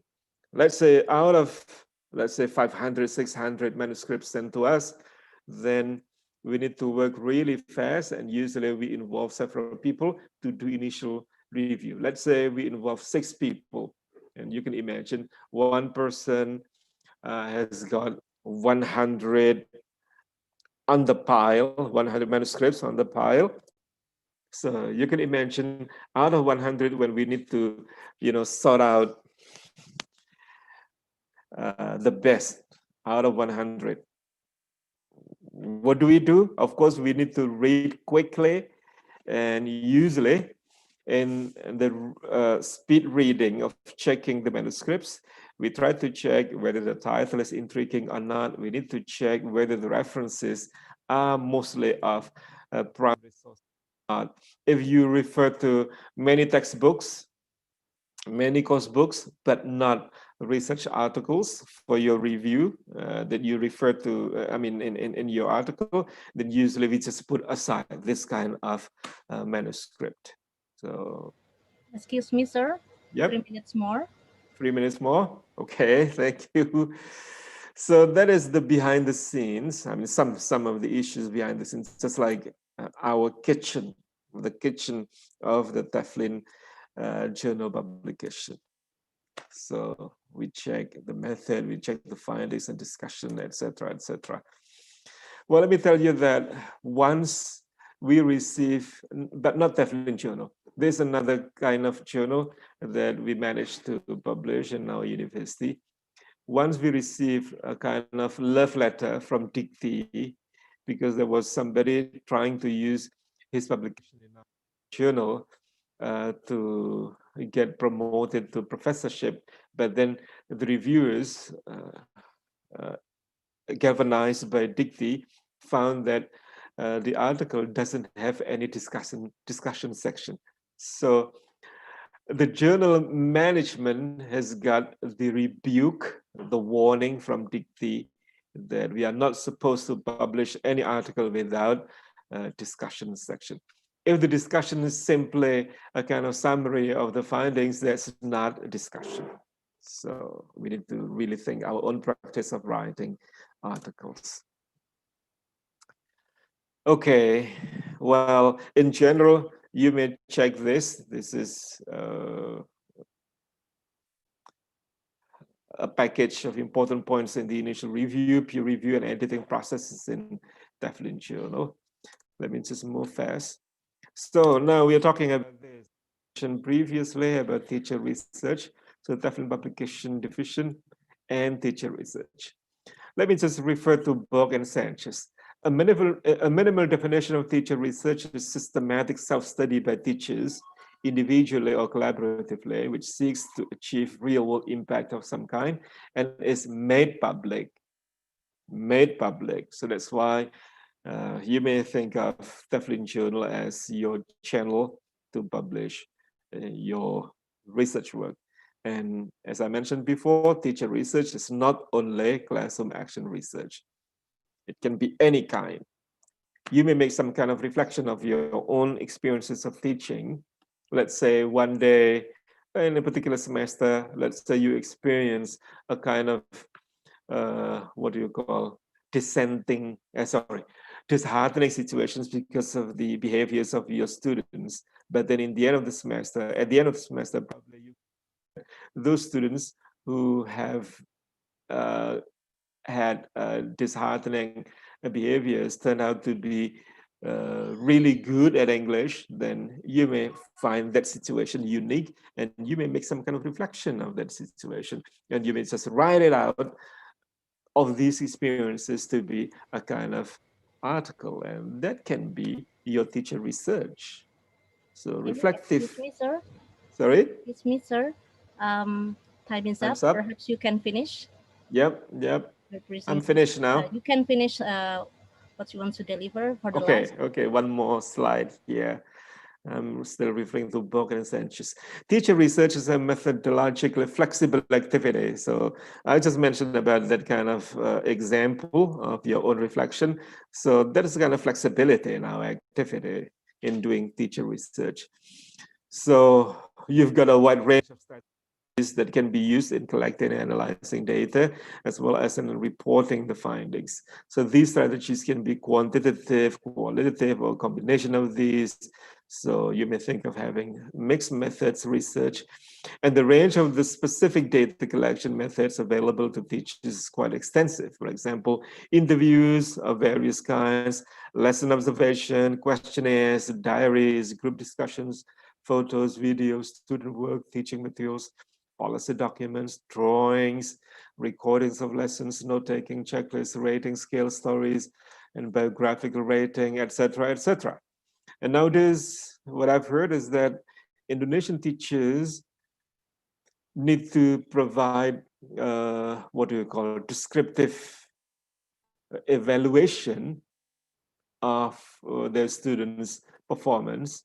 And you may make a kind of reflection as well of your own practice of writing explanation of your students' performance. So in this case, you may find that your descriptive explanations of the students' performance probably are quite monotonous. Probably over time, you find that your description remains the same probably. And you may think of what might be the factors leading you to do that. And you may try to express your complaints, quote unquote, of your own practice in your article for other people to think of, to learn something from you. So that can also be a kind of teacher research report. So thank you very much. Over back to Butias. Thank you very much, sir, for your interesting presentation. Yeah, Professor Yazid, once again, thank you very much. And now, let's invite our second speaker, that is Professor Dr. Zuliati Rohmah, MPD. But before, let me read her curriculum vitae.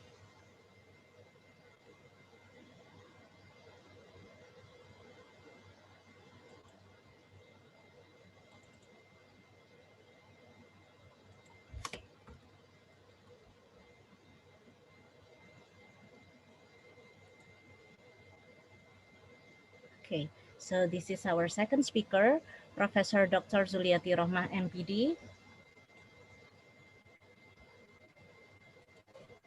She is a professor of English Language Studies at the Faculty of Arts and Humanities, UIN, Sunan Ampel, Surabaya. She finished her doctorate in English Language Teaching at Universitas Negeri Malang in 2006. She has been active in facilitating workshops and training for English teachers in Indonesia, especially after finishing the in-service certificate in English Language Teaching, or ISEL, University of Cambridge in 2007, a Fulbrighter in 2003 at the University of Illinois at Urbana-Champaign. She was also a Humphrey Fellow at the University of Minnesota in 2011-2012. She's also an editor of Teflon Journal and chief editor of Nobel Journal. She has also presented papers in national and international ELT forums. Her papers also appear in national and international revered ELT journals.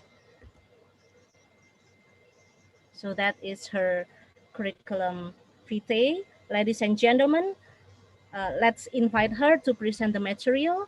Please welcome Professor Dr. Zuliati Rohmah, MPD. Time is yours. Okay. Thank you very much, Ibu Moderator. Assalamualaikum warahmatullahi wabarakatuh. Waalaikumsalam warahmatullahi wabarakatuh. Can I be heard clearly? Yeah. Yes, Yeah? it's very clear. Yeah, okay, thank you. Now I'm trying to open my PowerPoint. Can you see my page? Yes, my screen? Not yet. No. Not yet. No? Or let me help. Oh.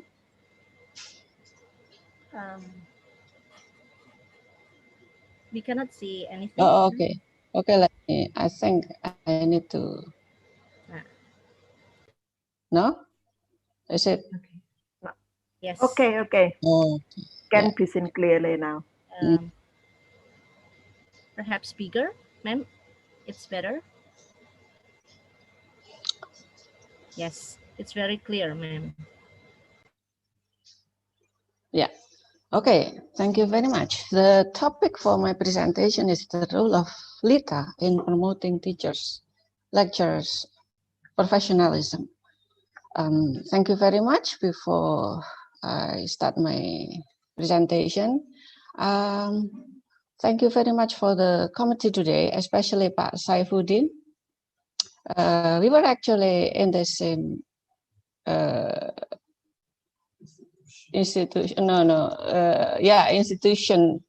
We had LTs, and now actually it's still, but not really LTs in general, working in East Java, Nusa Tenggara Barat, and also in South Sulawesi. But now it is more limited actually in terms of activities, and we worked together with Pak Saifuddin. And now I'm still in the same institution with Pak Saifuddin, which is in EIN Surabaya. Yeah, sorry, now UIN Surabaya. Although it is already changed with UIN, I often mention it with EIN. Okay, and also UNUSA, I think, thank you very much for the head of the Department of English Education, and also the committee. Thank you very much for inviting me, especially because LITA is still brand new. We are a newcomer actually. So this opportunity is actually very good for us in LITA to introduce what we are and what we are doing. So how can we work together with you as teachers and lecturers to promote our professionalism together. Okay, now I need to introduce what LITA is, because I think many of you maybe still do not know what LITA is. So LITA is actually an association focusing on linguistics and literature, but it also relates to the teaching of both fields. And it is actually part of ADIA. ADIA is Asosiasi Dosen Ilmu Adab.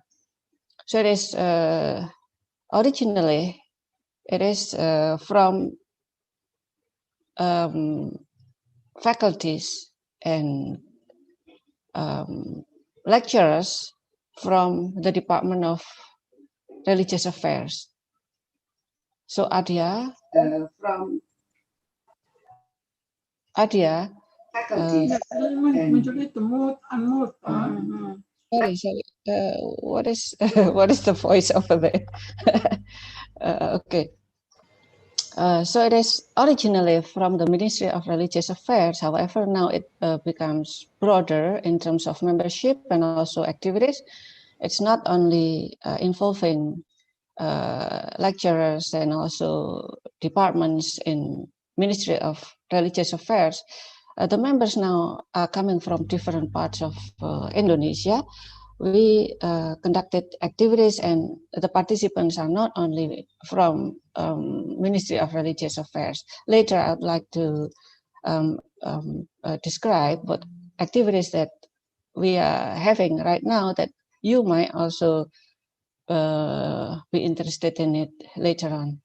Okay, let me start by telling the brief history of LITA. LITA was established on 17 June 2018, so you can count how old we are. We are still baby actually, 2.5 years, not 3 years. Next June we will be 3 years. Now we are still 2.5 years. It was established at UIN Syarif Hidayatullah Jakarta when we had a conference conducted by ADIA. The aim of LITA is to develop lecturers' professionalism, to develop English language and literature department in Indonesia, especially sastra Inggris, sastra Inggris. And also we want to develop networks and collaboration among the lecturers and also between departments, especially English departments in Indonesia, and maybe also with English education department. So we want to collaborate and work together and improve ourselves and also grow together. So that is our aim. And then, as I stated before, in the starting point, it was coming from the Ministry of Religious Affairs, but now the members are coming from different parts of Indonesia. Let me just give an example. For example, from Sumatra, we have members from Universitas Negeri Medan, Universitas Prima Indonesia, STT Pelita Kebenaran, Universitas PGRI Palembang, Universitas Islam Ogan Komering, and from Java we have many, including from UNU Yogyakarta. I'm not sure whether there is member from UNUSA, I'm not sure, but maybe later some of the lecturers from UNUSA will join us in LITA.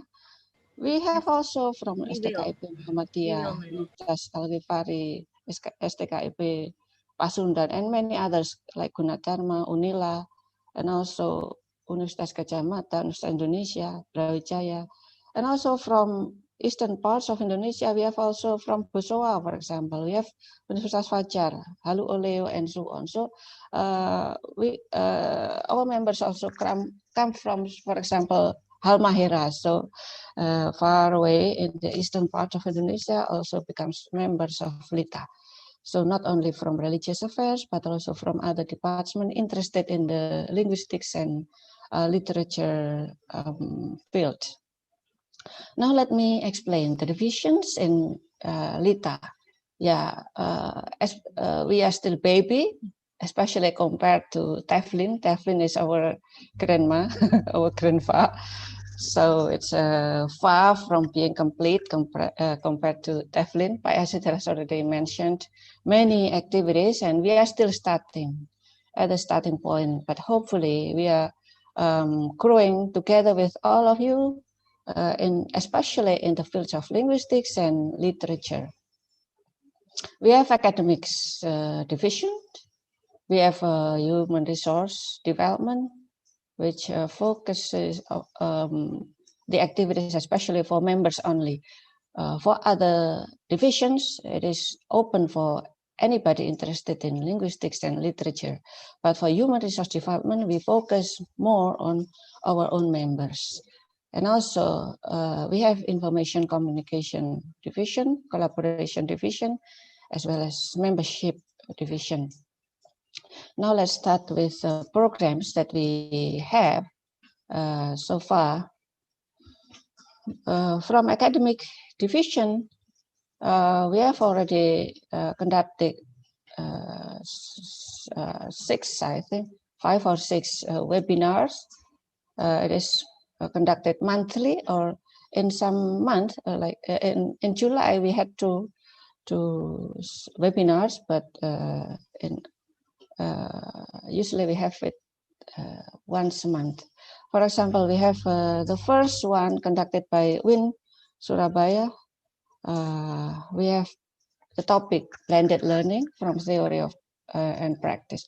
So although we focus on linguistics and literature, because at that time we are confronting to the to pandemic era where we need to focus more on online learning. But before that, we more focused on on face-to-face learning. Then we would like to just remind ourselves that we have what is called blended learning. Maybe next time after December or maybe January, we can start to have more blended learning rather than only face-to-face or only online learning, just like in pandemic era like now. And then we have also a webinar conducted by WIN Makassar, for example, focusing on gender, migration, diaspora, and women's literature of the Ummah. So we relate this with the Islamic community literature of the Ummah. We also have gender, racism, and terrorism in literature. We have also topics in Islam and English literature, where we explored how the development or how English literature, especially in the West, had the effect on Muslims, and also how do they talk about Islam community, especially in the English literature. And it was discussed by Dr. Al-Ghamdi from Saudi Arabia, and also Dr. Ozil from Turkey. So we have speakers from various parts of the world. This is an example of online webinar that we had. So participants also get certificates from that. Participants get knowledge, and they can share ideas with people from different parts of the world. And it is free. You are not charged to join this, just like today. I think you are not charged for joining the seminar too. And next, we have also Human Resource Development Division. this is the program we are planning to have, because it is still under what is it, construction, because we are new. We are planning to have, for example, on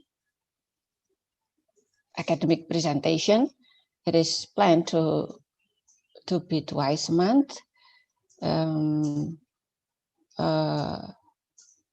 because it is human resource development, it is intended specifically for members only. So if you are interested in joining this kind of program, you may join LITA. In terms of academic presentation, the members can present, for example, published articles. Maybe you have articles published in journal or maybe in books, then you can share it with others, so that your colleagues will know about it and might be cited in their writings later on. So in addition to share knowledge and ideas, it's also to spread our writing so that it can get more citations from our colleagues. And also it can also cover articles to be published.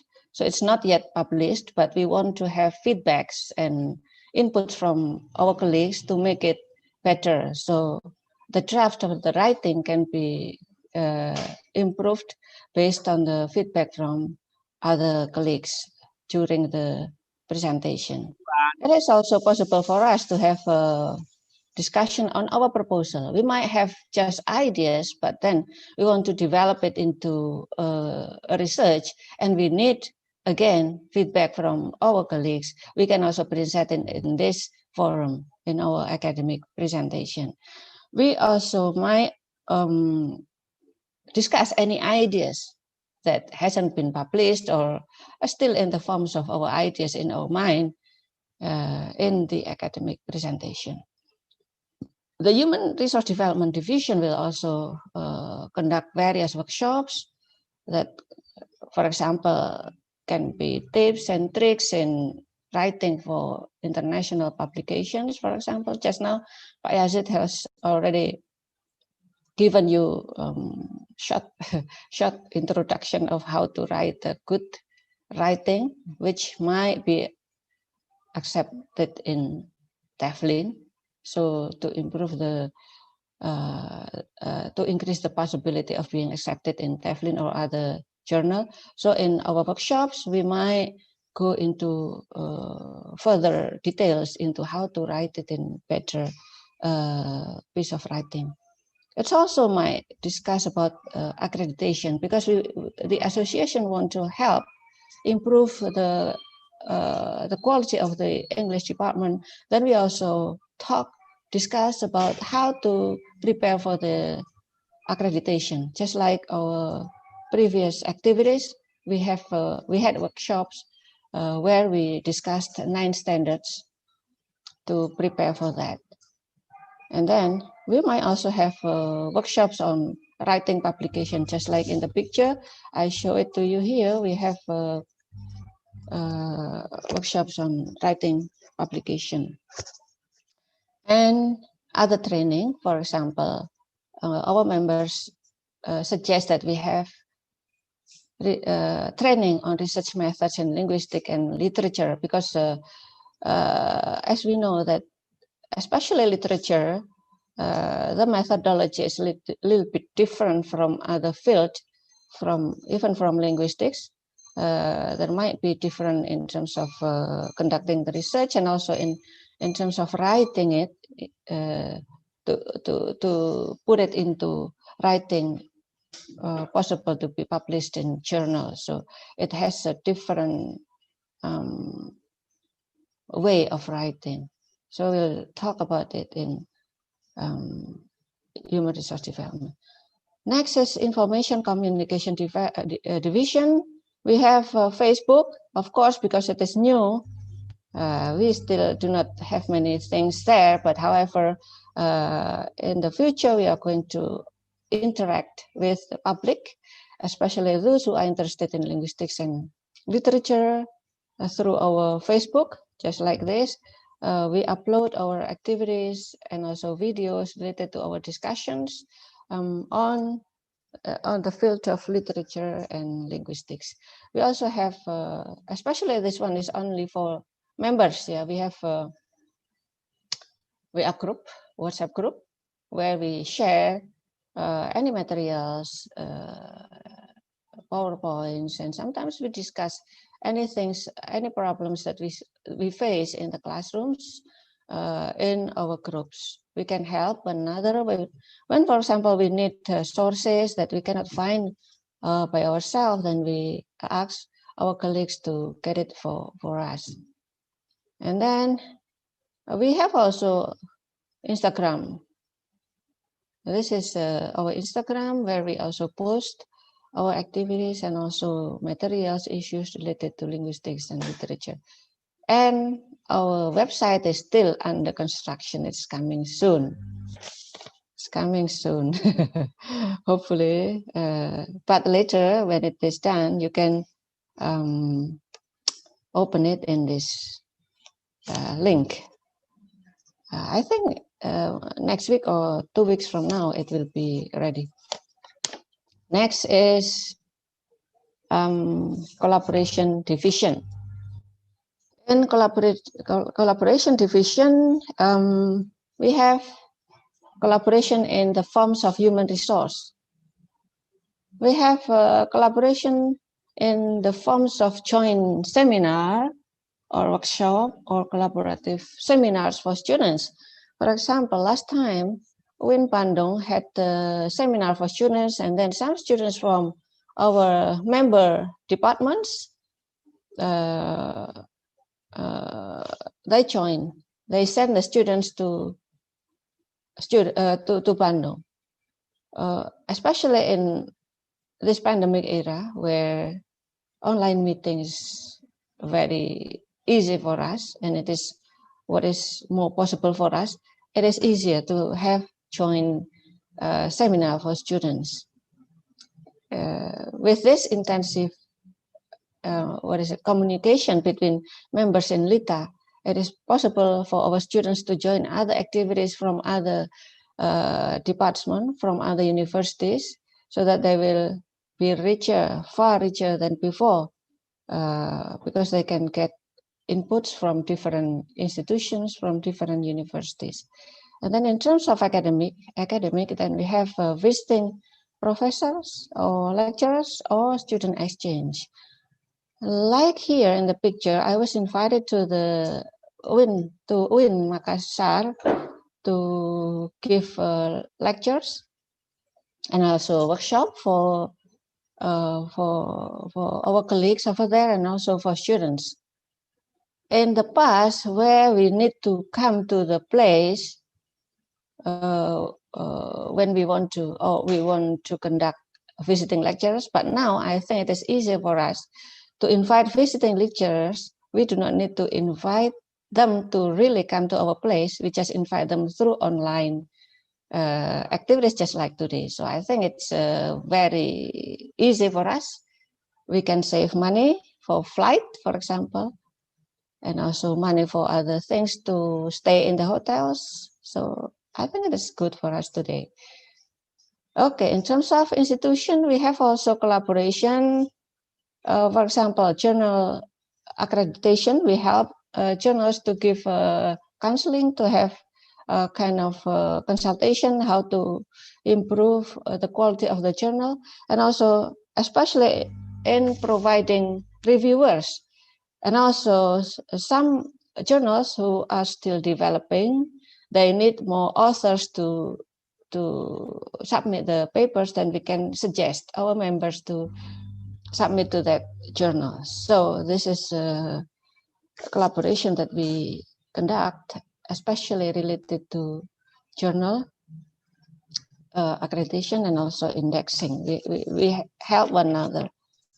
And also the collaboration in terms of institution can be in the broader sense, not only journal accreditation or indexing, but it can be in covering three dharma: perguruan tinggi, research, teaching, and also community service.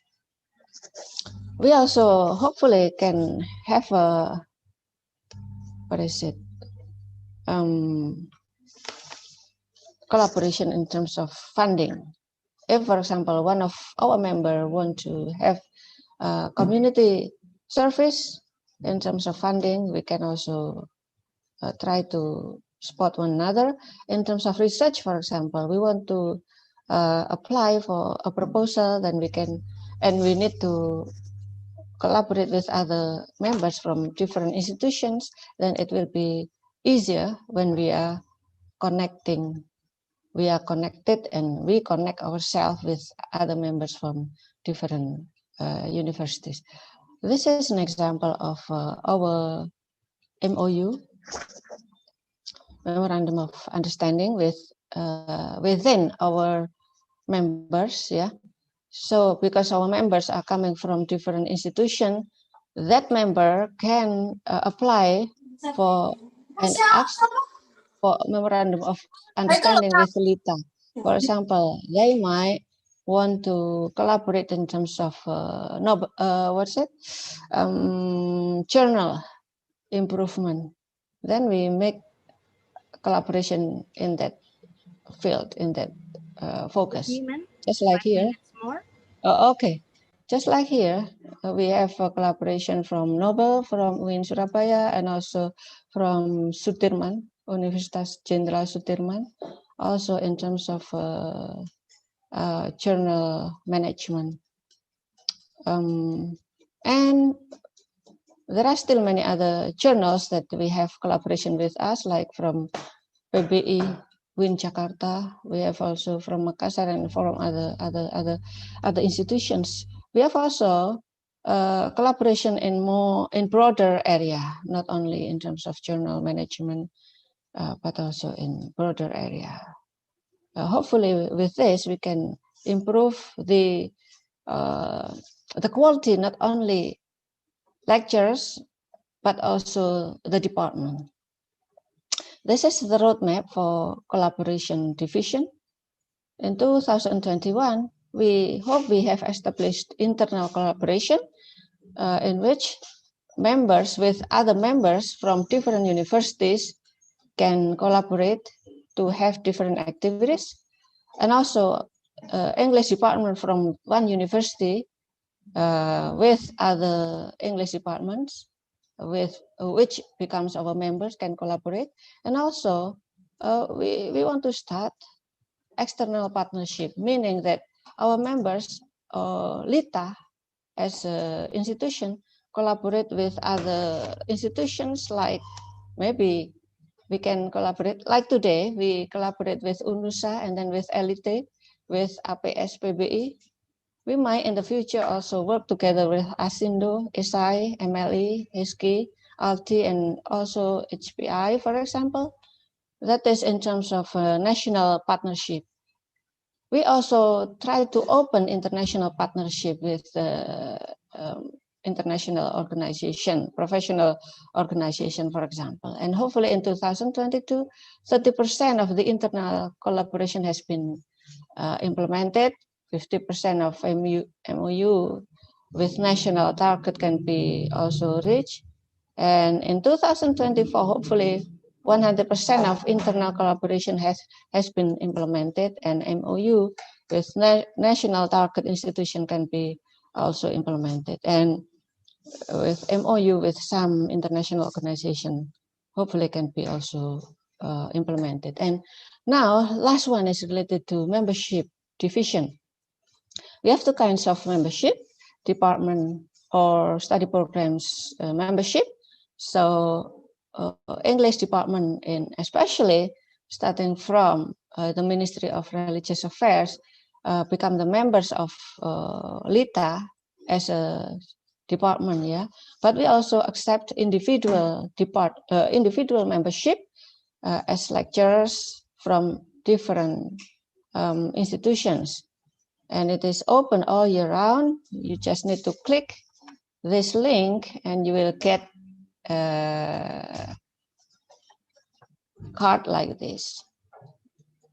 Once you click the link, you will have this notification and you just follow the instruction here. Only 100,000 to become members. I think it's very, very cheap.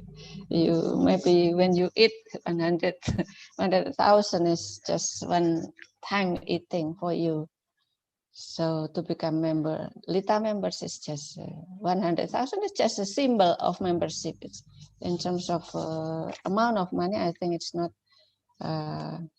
big amount. It's easy for everybody, almost everybody.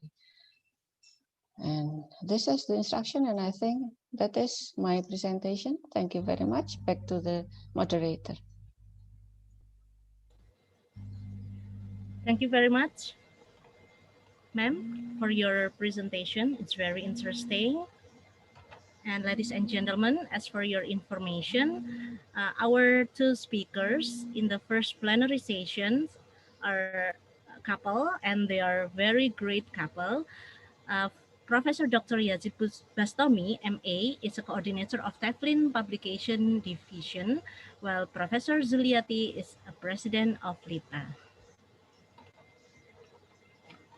Ladies and gentlemen, the next session is Q&A.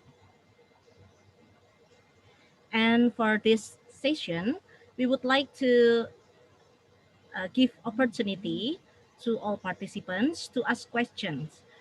2 questions written in chat room, and 1 question you can ask to the speakers directly.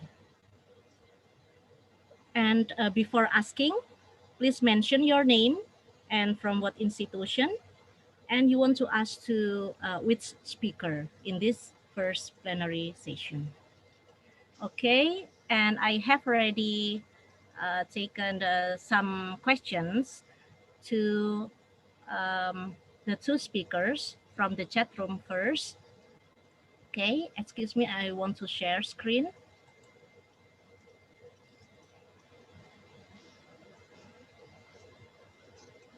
Yeah, can you see the screen, ladies and gentlemen?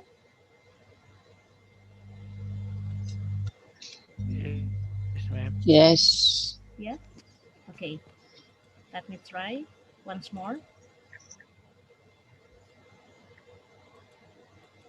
Okay, the first question to Professor Yazid from Mr. Bambang Yulianto. Pak Bambang, halo Pak Bambang. Halo Pak Bambang. Satu Kediri. The question Hujan is, apa enggak how old Kediri? is the reference considered up to date? 5, 10, 5 or 10 years? Okay, let me just answer the First question question first. directly. It can be May I? answered, please, sir. May I answer the question directly? Yes, please Okay, answer directly. that is a tricky question actually, because it depends on the kind of the fields of study. If the field of study is a fast-growing field of study, like for instance, computer science, for instance, then of course the tolerance towards the age of the reference is tighter. So if the field of study is growing so fast, then there is a tendency that, okay, references of 10 years old is not enough. Probably there is a tendency to limit that to 5 years old, or probably less than 5 years old, if it is about fast-growing discipline. Now, you may think of our own profession here in the area of English language teaching, whether you consider this as fast-growing or not. Well, to my understanding, in our area of study, we may consider 10 years old as still okay. But there is another issue related to this, actually. If we are thinking about contextualizing our topic to the body of knowledge, then we try to contextualize it to the most up-to-date references, particularly previous studies in the relevant area. But if you're talking about theoretical issues, let's say you're trying to have a theoretical review, for instance, well, the level of tolerance is looser. I mean, the tolerance is looser. You may use, for instance, the idea by Vygotsky, and I believe that is really old, but it can still be quite relevant in our study, theoretically speaking. So in this case, it is still possible to refer to Vygotsky directly. See my point? But in terms of contextualization of your study, particularly in your background, you will need to make sure that your references are really up to date. But then in terms of theory, to understand the findings, let's say, of your study, you may refer to Vygotsky, and it can be quite old. That is possible. Okay, back to you, or should I continue to the second question? Okay, sir. How can we get question. those books mentioned in your Yeah, presentation? another question Okay, I is, think, right, yes. I think I've written something in the chat room there that the books are supposed to be available in the website of Teflon. So if it is not available today, you may wait for some time. I believe the Teflon board is still working on it to make those book series accessible for free through the website. The point is that we've tried to send them, the Teflon board, about the link to the files. So the board, I believe, is still working on that to try to make it, accessible through the website. Thank you. Over back to you, Buttias. Okay, thank you very much, sir. The next question to Professor Zuliati Rohmah from Mrs. Anas Listiani. It seems that the members of LITA are mostly lecturers. How about teachers for the member? Okay, yeah, thank you for the question. LITA is actually open for anybody interested in the field of linguistics and literature. So not only lecturers, but also teachers or many other people. So if you are not teachers, you are not lecturers, but you are interested in linguistics and literature, we are open for you. So just join us. You can look at my slide, the last slide. I think the committee later will send you the slide, so you can look at the way how to register yourself. Just click the link and then follow the instructions over there.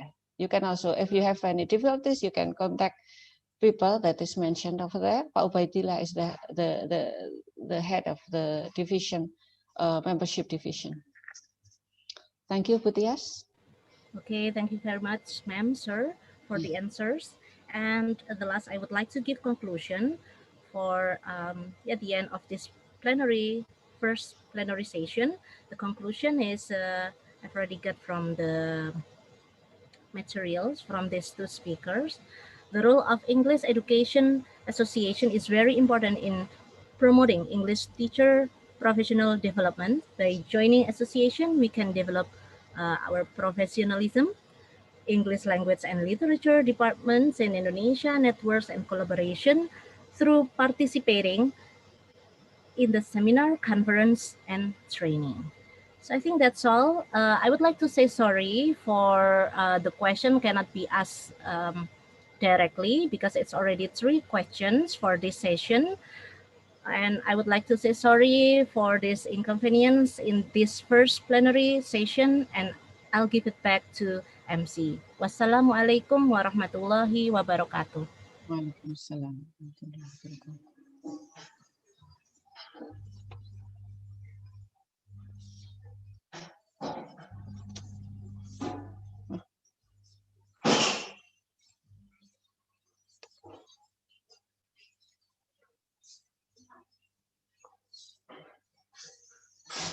Mrs. Novi, MC, we cannot hear.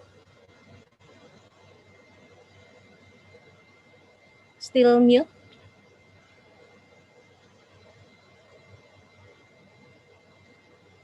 Still mute, Mrs. Novi. Okay.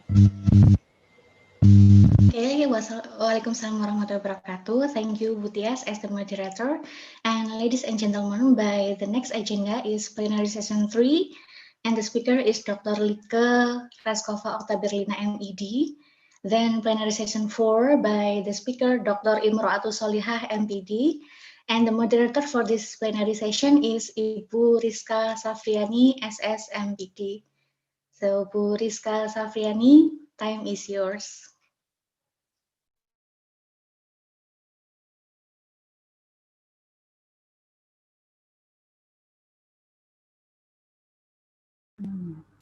Okay.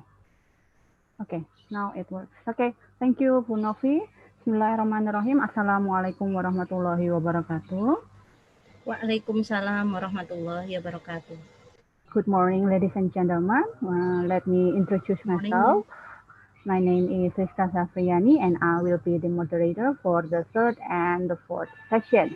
Well, after we have a very insightful and informative session from the first and the second speaker, let me continue with the third session. I'm very pleased to see you all here and welcome you all to this webinar, especially for session 3. Well, ladies and gentlemen, before we invite our third speaker, I will invite the operator to share the curriculum vitae of Ibu Lieke Raskova.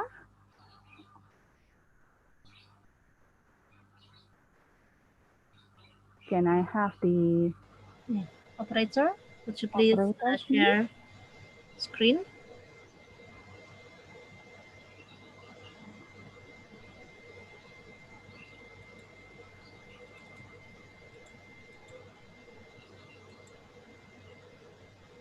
Okay. Thank you. Okay, so our third speaker will be Ibu Dr. Lieke Raskova Oktaberlina, MED. She is the president of the Association of English Language Lecturers and Teachers of Indonesia, or ALITE, finishing her master's degree at Monash University, Australia in 2005 and her doctorate degree at Universitas Negeri Malang in 2013. She facilitated more than 130 workshops and training for English teachers in Indonesia. She was the awardee of the Australian Development Scholarship and also Mora Scholarship. Currently, she is the director of Elite Journal and the reviewers of Sayonara English Journal. Her current research interests are on EYL and ELT methodology as well as phonology. Well, ladies and gentlemen, please welcome Ibu Dr. Lieke Raskova Oktaberlina. Ibu Lieke, time is yours. Thank you, Ibu Rizka. Bismillahirrahmanirrahim. Assalamualaikum warahmatullahi wabarakatuh. Waalaikumsalam warahmatullahi wabarakatuh. Good morning, everyone. How are you today? I hope everyone is fine this morning. I would like to say thank you to Universitas Nahdlatul Ulama Surabaya. Thank you. In this case, it's Ibu Nurul Amalia as the Vice Dean of FKIP. And thank you to Bapak Muhammad Syafruddin, PhD, as the coordinator of DAFLIN. And thank you so much to Professor Yazid Bastami and also to Professor Zuliati Rahmah. Thank you so much for meeting you, my great senior in UM. Thank you so much. And thank you to Ibu Dr. Imro'atus Solihah from APSDBI. Thank you so much. And I would like to say thank you to the moderator for today, Ibu Rizka Safriani from UIN Sunan Ampel. I would like to introduce, I'm proudly introduce Ibu Rizka as the coordinator on research and publication of ELT. Thank you, Ibu Rizka, for being with us. And thank you to Ibu Yasa Putri for contacting me for this conference. Ladies and gentlemen, I would like to share my PowerPoint.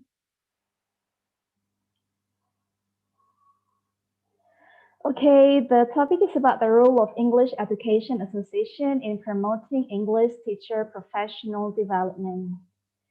Now, wait a second. Wait.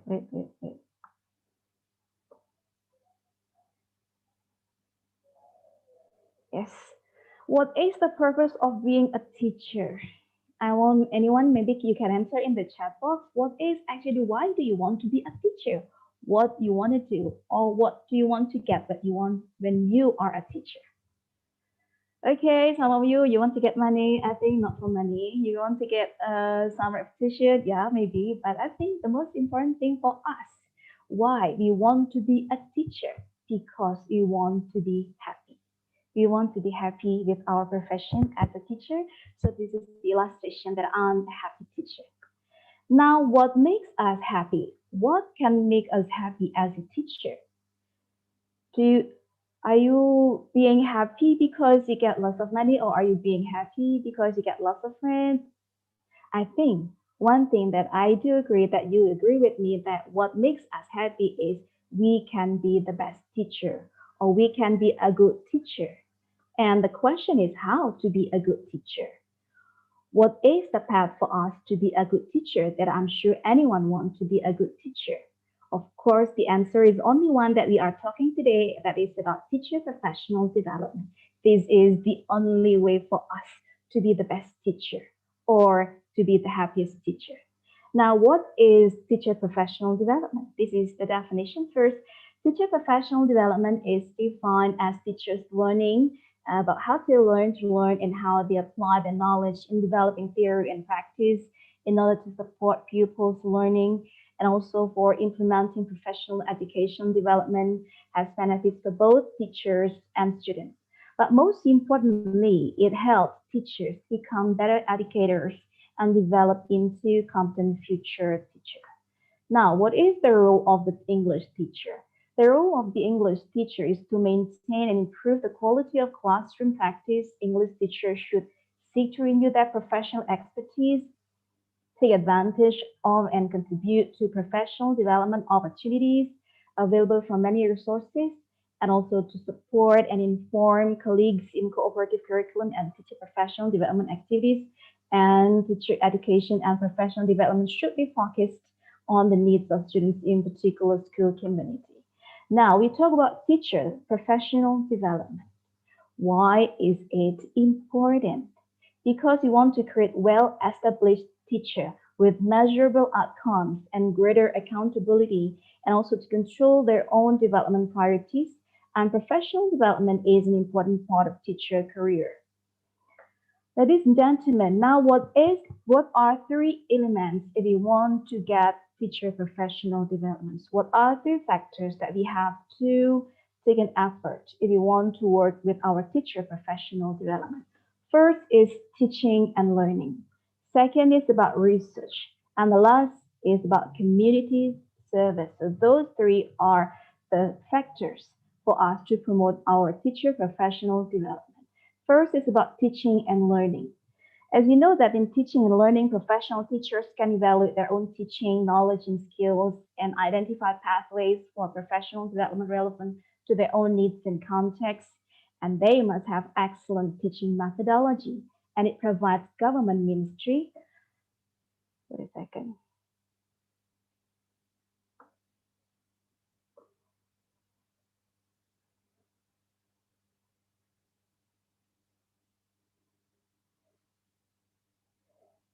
Okay, sorry.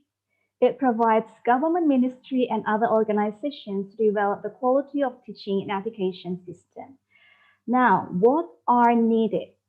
We have to improve the learning outcomes for students, take a more active role in curriculum planning, including building on and refining existing practices, constantly develop excellent teaching practices, and so on, that I will give this PowerPoint to you. And then also give access to new research and knowledge in the teaching of literacy, language development, and an integrated curriculum, opportunities to share expertise with other experienced teachers and educators, leading to reflection on practice. And teachers should be a specialist, because you cannot only refine your own teaching practice, but you can also make yourself a source of knowledge and expertise for your colleagues. So we cannot acquire everything. It is hoped that you are the expert in one subject. And the question is how to start all of those ideal process of being a very well-developed, professionally developed teacher. It can be difficult to know where and when to start because of being overwhelmed by the volume of courses and resources on social media, blogs, and websites. If in the previous time we have difficulties in finding out the sources, but now because of the abundance of materials that is available in social media, blogs, and everything in internet, sometimes being overwhelmed makes us confused. So we are just not sure what areas we should prioritize.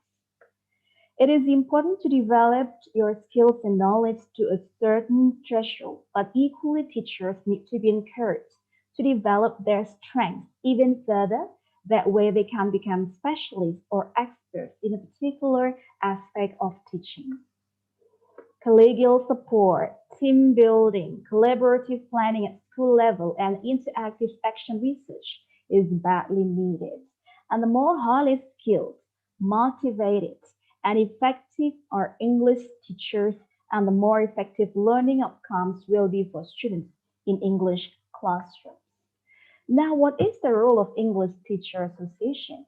To maintain and improve the quality of the classroom practice, English Teacher Association should provide support for members in order to empower English teachers through the provision of professional development, encourage and support self-directed professional development, cooperate with employing authorities in the provision of professional development, provide informed advice in policy and curriculum issues, lies between the employing authorities and English teachers in matters relating to language and literacy, and remain independent. This is very important. Remain independent with regard to the nature of professional development. So we have the same position with KPK, independent.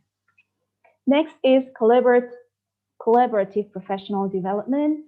I want to pass it. You can read it by yourself because I really want to focus into something more than that. An effective professional development program will focus on the development of a teacher in the context of a school community. Professional development should meet the identified need of teachers, faculties, or schools. Must be informative, innovative, be well planned, and build skills of the teacher. And but you have to remember that it has to be realistic and achievable expectation. Involve teamwork, link theory and practice, have variety of approaches and styles, elicit feedback and respond to this as appropriate, encourage network and be professionally fulfilling and, the most important thing, enjoyable. ELIT makes the following integrity points to promote exemplary practice in the teaching of language and literacy, negotiate for increased support in service programs shared with other organizations or agencies, just like what ELIT done today with Stefan, Lita, and APS today. Now, what are the challenges? One of the things that the teacher said they need is quality professional development. Oh yeah, I need quality professional development. Oh yeah, I do agree with that. But the question is, most of them don't get it. Let's see the problems in teaching. We can see the low students' English performance. It happens in my class, and I do believe it also occurred in your class. One day our country will be corruption-free. Okay, students, which 10 is it? Yes, sir, it's future impossible tense. Yeah, pintar. Okay, so this is our student. In one part, he is very smart, but in the other part, we have to struggle with this English. This is the phenomenon that we have to face, and unfortunately has not been solved. The second is, please answer the questions in the chat box. I will give you questions, but if you don't mind, please answer the questions in the chat box. Are teachers afraid of technology? Yes, absolutely yes. We are afraid of technology. And even most teachers want to resign during this COVID-19 pandemic because they cannot operate the online program. So this is something that we have to cope with. Not all of teachers can work with technology very well during the teaching and learning process. And This is the example or the illustration of the teacher who is very afraid of the technology. Okay, Mrs. Miller, there's nothing to be scared of. It's just another teaching tool. We can see from the illustration. Illustration is made from the reality or the fact that teacher is afraid of the technology. Why? Because we can operate or we can cope with the technology during our teaching and learning process. Are teachers afraid of presenting something in public? Do you think that all teachers are brave to speak in public, to speak in front of the class? Yes, but to speak in public? I don't think so. Not all of teachers are brave to present something in public. Even there is a jargon. You know what is public speaking or what is presenting in public? Presenting is public is worse than that, because teachers are very scared of presenting something in public. Even presenting something in the conference, presenting something in the seminar, they are scared of. Scared of conducting research. Is it right? Do you think that teachers are very scared of conducting research? Let's see.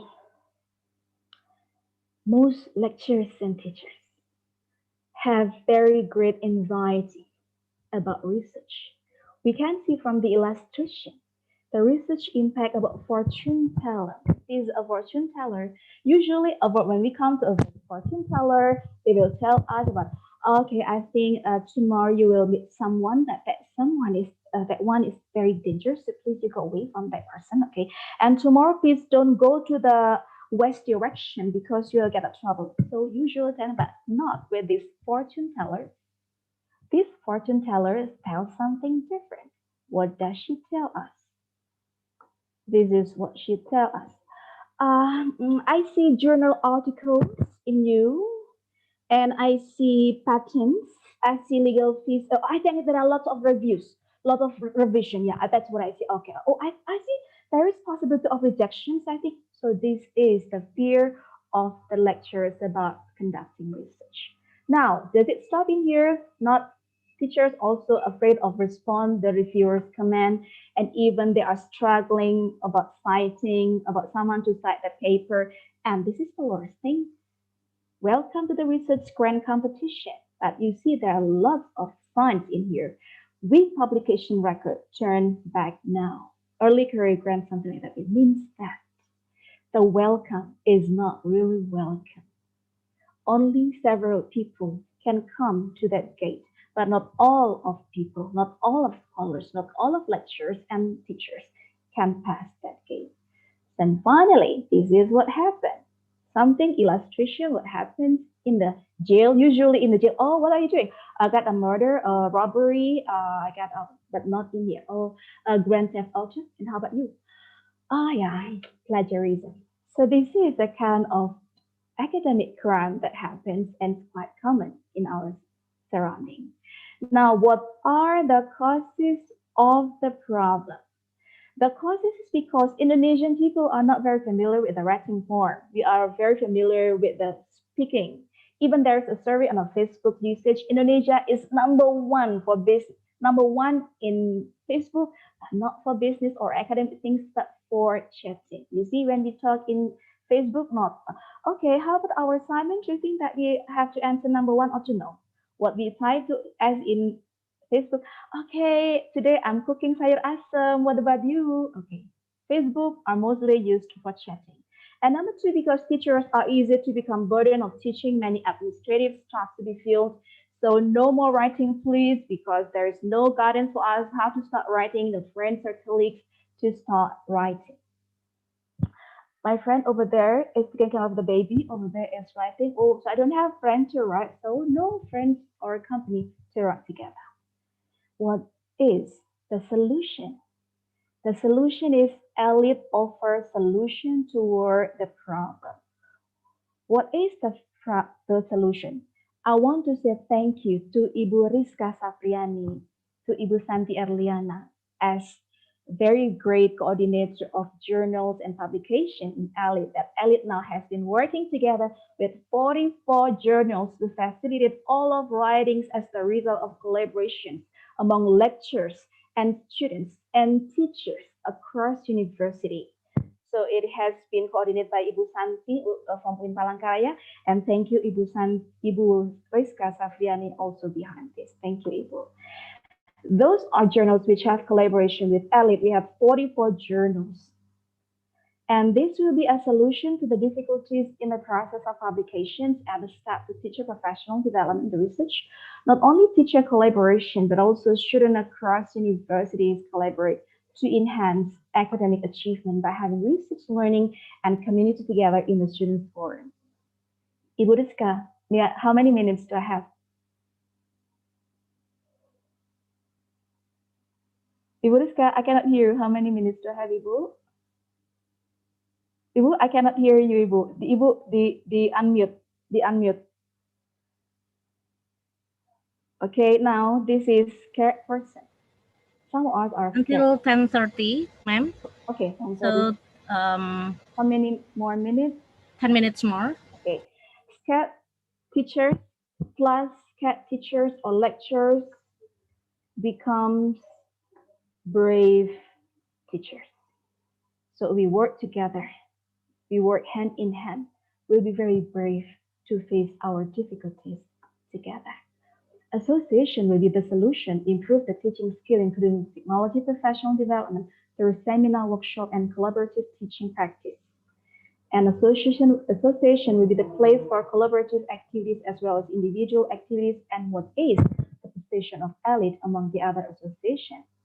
ELIT was founded in 2013 in Malang, formed by gathering of 33 heads of university department in May in Malang 2013. While at the first time we are coming with the members lectures under the Ministry of Religious Affairs, then we try to collaborate with the senior association, with ELIT, with TEFLIN, where we are coming from, that is TEFLIN. The collaboration is done by having workshop and conferences together, which are done in UIN Sunan Ampel, UIN Palangkaraya, UIN Langsa, and UIN Jakarta. And the collaboration is expanded to the United States Embassy. And other collaboration is done not only with the lectures, we also do community service with the teachers in madrasah and the students in madrasah. And the other expansions that we are making is by recruiting members of board from other universities. We are not under the Ministry of Religious Affairs, but under the Ministry of Education and Culture. So I would like to introduce from Ibu Dr. Vita from Universitas Islam Malang, and also to, Ibu Haura from Universitas Islam Banjarmasin, and also Pak Taufik from Universitas Nahdlatul Ulama Jepara, and Universitas Muhammadiyah Purwokerto Pak Kris as the ELIT board. And we have solution toward the COVID-19 pandemic by having virtual conference in UIN Palembang 2 months ago. Thank you to Ibu Reni Kurniasi from UIN Palembang. Kurniasari. Ladies and gentlemen, I would like to give you a contact person of ELIT. These are the contact person of ELIT. If you want to join or you want to know more about ELIT, let's work together. This is the contact person of ELIT, Mr. Adidem Tintoni, and the second is Afif Ifanul Muslimin, or you can contact Ibu Rizka Safriani or me instead. Ladies and gentlemen, the solution to the gap of the failure of success of becoming professional teacher is we try to focus on what we can do. We never try to focus on what we cannot do. We never refuse anyone. We never refuse any word. We use it and work for it for better quality. We never reject anything. We never reject article because we want to let's make project together to be accepted. So this is the motto of ELIT, that we want to move ahead together. If we have difficulties in writing, we have difficulties in teaching, we have difficulties in community service, so usually we work together to move ahead together, hand in hand. Those are what ELIT have done, which are still far from the word successful.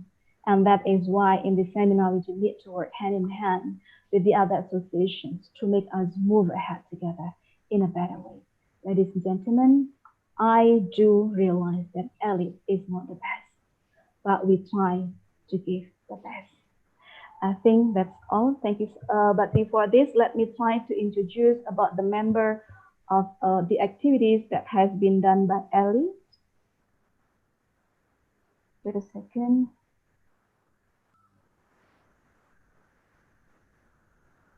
Wait a second. I have the second screen that I want to share with you.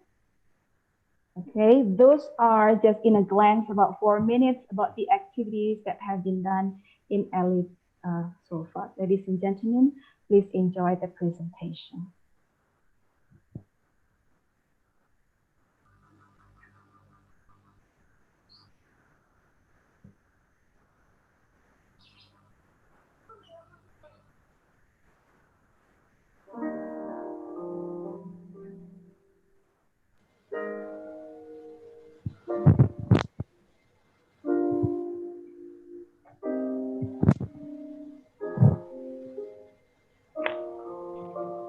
Excuse me, ma'am, we cannot see anything. Yeah, we cannot share the video. You please share the Wait. screen. Oh, yeah. Wait.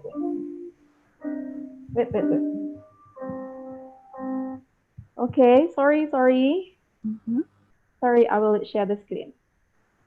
Thank you, Ibu, for reminding. Yes, ma'am. Thank you. Wait a second. Let me try to operate this.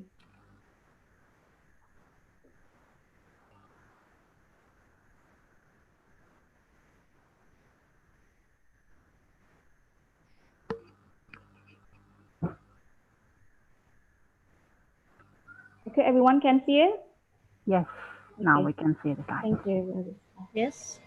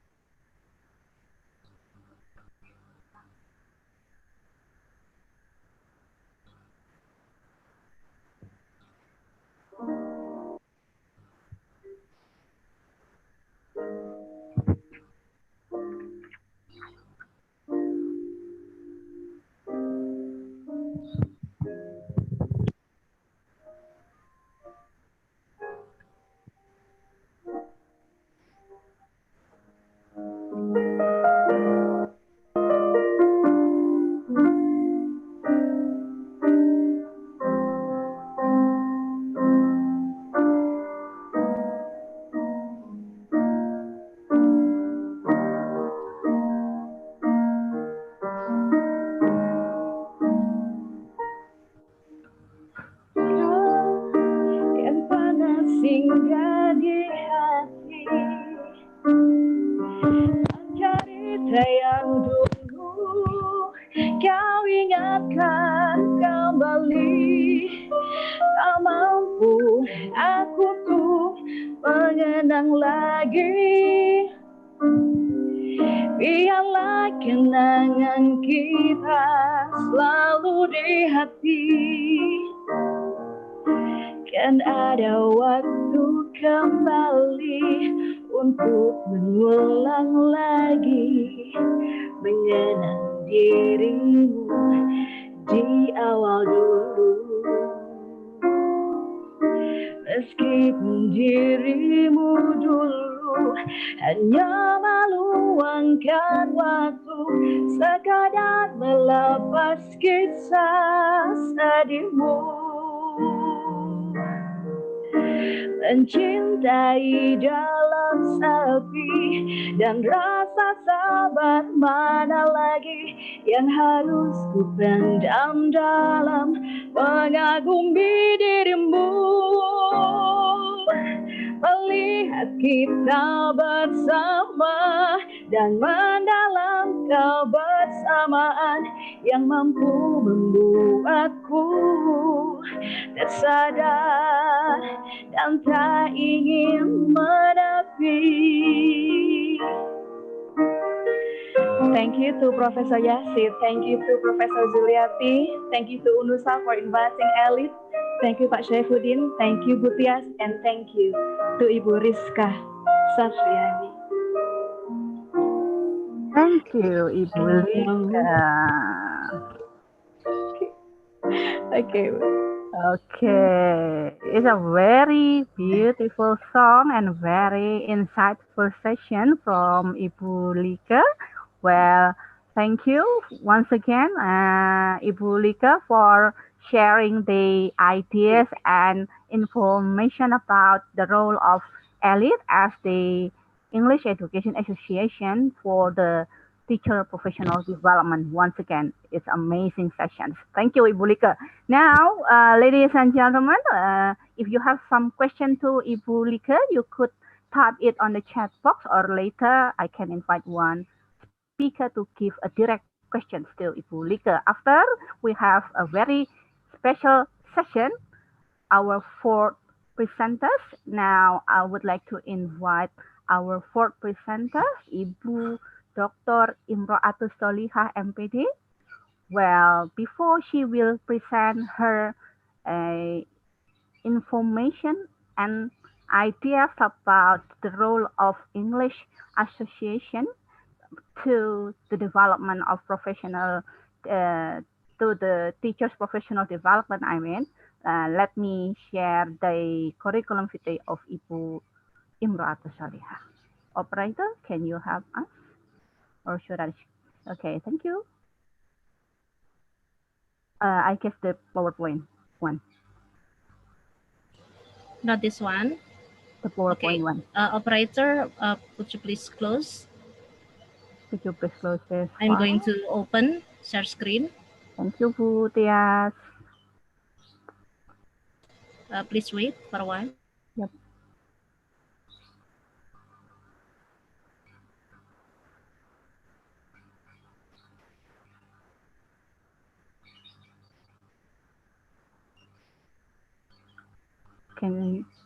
Can I do it by myself? Okay, thank you, Bu Tias. Okay, let me read a brief curriculum vitae about Ibu Imro'atus Solihah. Ibu Dr. Imro'atus Solihah, MPD, is the second president of APS-PBI. She is also the Development Organization Division of ELITE and a member of AMCA, finishing her master's degree at Unisma in 2006 and her doctorate degree at Universitas 11 Maret Surakarta in 2014. She has published more than 7 Scopus Index articles, and she also has published 9 books. She is the editor-in-chief of IJOL TL Journal and active journal reviewers of JIS, Elite Journal, and Dinamika Ilmu. Her current research interests focus on EAP, blended learning, and English curriculum. Ladies and gentlemen, please welcome Ibu Dr. Imro'atus Solihah, MPD. Ibu Iim, time is yours.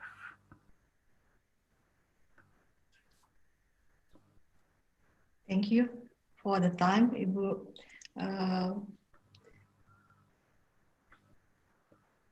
Can you hear my voice? Yes, Ibu. Okay, thank you. For the first, I would like to say thank you very much for Bapak Rektor, Vice Rector of UNUSA, and also the Dean of EKIP UNUSA, Bapak Dr. Muhammad Tamrin Hidayah, and also Vice Dean, Ibu Kamadiah. Bu Nurul Kamadiah. Bu Nurul Kamadiah. And also, I'm so glad to see you, Ibu Lika, my lovely sister. Yeah, and also I would like to say thank you, Bapak Saifuddin, and also Prof. Yasid, Prof. Yuliati, and also Ibu Tias, to give me a chance to present my material for today. And I would like to say thank you also to Ibu Rizka and all the community. Ladies and gentlemen, for today, I would like to share a little bit about APS-PBI.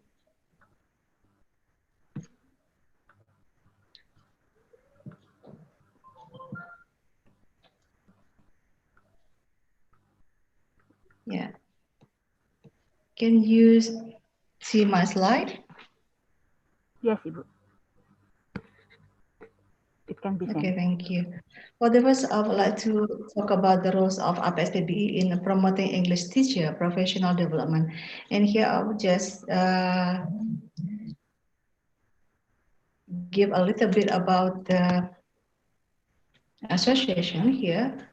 The regulation is Undang-Undang Nomor 14 Tahun 2005 tentang and dosen. And then we have ada ART ABS PBI and also mempunyai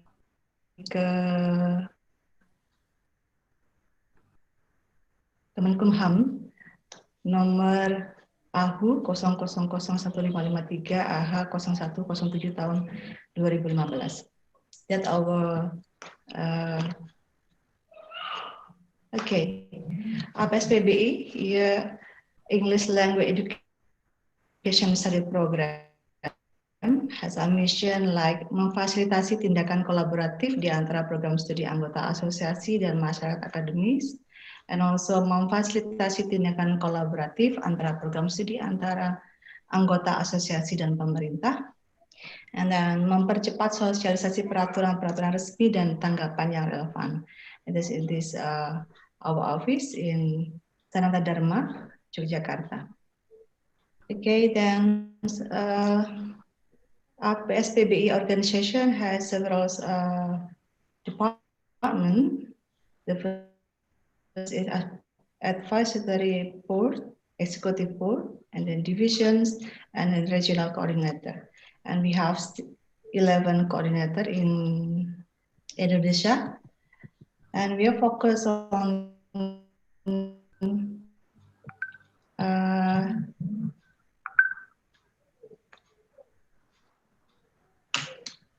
collaborate and what is it?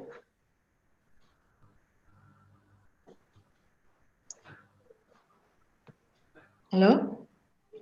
Yes, go on. Yeah, can you hear my voice?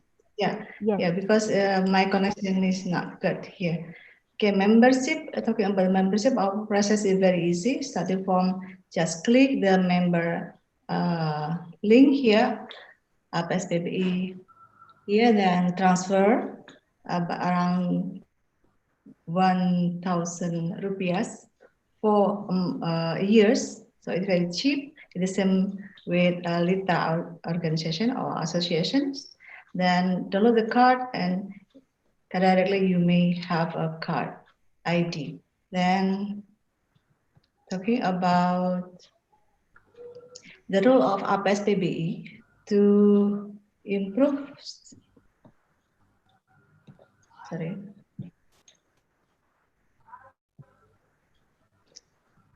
Okay, actually it is our passion or our job to sharing for caring to manage English language program. It just talk about the problem solving, and then it is oriented that we can share with members the problem that current or occurs, then reaching to develop individual competence and also the collaboration among institutions. That is our rules, and then we are focused on Tridharma Perguruan Tinggi, the same association before that. We are focused on pendidikan dan pengajaran, penelitian dan pengembangan, dan pengabdian pada masyarakat. I think we have the same purposes how to develop this. Then the challenge in learning in 21st century here, we have to focus on this area, how to community interaction, abstraction creativity, media literacy, play, self-direction, and diagnostic response. So we can see all of these challenging of learning by doing collaboration. And for today, I think it's very great for us as association can collaborate each other to make it better. Then we can see in Bloom taxonomy if we would like to improve our teachers, like remember, understand, apply, analyze, evaluate, and create. And also we can see the instructional design. It's also part of the to design the materials. Okay, so we have to pay attention to the psychological aspect, cultural background, technology, literate, and pragmatic context. We can see that in pandemic, COVID-19 is very fruitful negative and positive impact. But by doing the collaboration, I think we can improve together. Then come to the program or activity of ABS PBI. We have an annual meeting of ABS PBI and also business meeting. We have, like I said, we have 11 regional around Indonesia. And for each regional have an annual meeting and business meeting that we can collaborate and find out the problem solving based on the problem that occurs. For instance, like this one, discussing the current issues here. For the example, when we have a program in Jakarta, in annual meeting, and also in IAIN Surakarta, we invite the expert to share and find out the problem, find the solution based on the problem that we have. Then also the graduate profiles, and also beside we have annual meeting, also a business meeting. In business meeting, we have a graduate profile and LO. At that time, we have difficult or do not understand well about KKNI, and we have did that graduate profile like this one. It is the result of FGD and also program that we have at that time, graduate profile of learning outcome PBI, and it is used for Prodi Pendidikan Bahasa Inggris in Indonesia, that you may adapt it or adopt it for this. Okay, like the descriptor of all parameters of credit profile and learning outcome of PBI.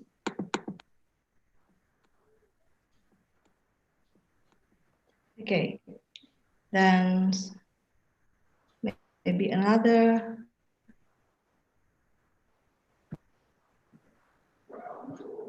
You can see this one. Asosiasi Program Studi Pendidikan Bahasa Inggris, accompanied with Pak Handoyo Pujiwidodo, and has a facilitator, and as also the facilitator program, that we have a list of English education course name, like this one. Okay, listening, we have another name of listening, for instance, the intensive listening or listening comprehension, extensive listening, intercultural listening, and critical listening. Before KKNI, we use listening 1, 2, 3, and 4.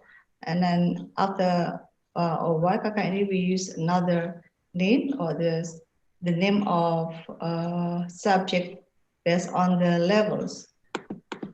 Then reading, we can see there another name of reading 1, 2, 3, 4 by using the intensive reading, extensive reading, academic reading, critical reading, intercultural reading, reading and professional purposes.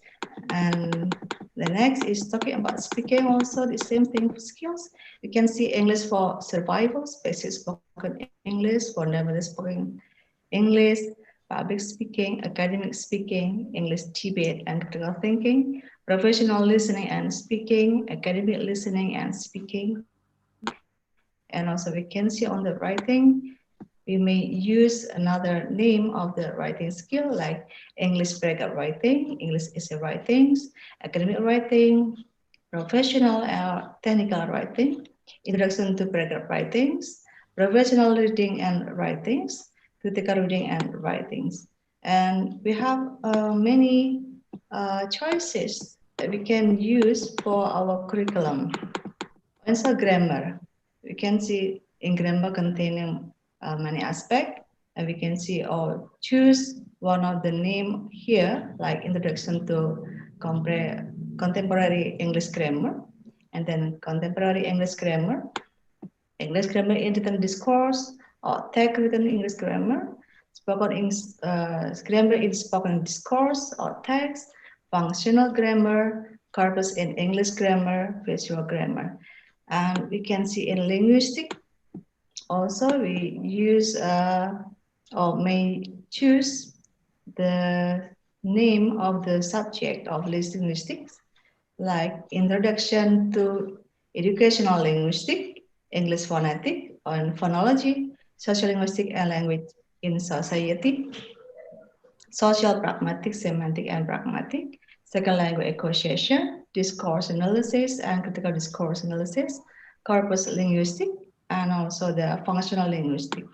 And then vocabulary also, academic vocabulary and corpus, focus spoken English vocabulary and corpus, written English vocabulary and corpus.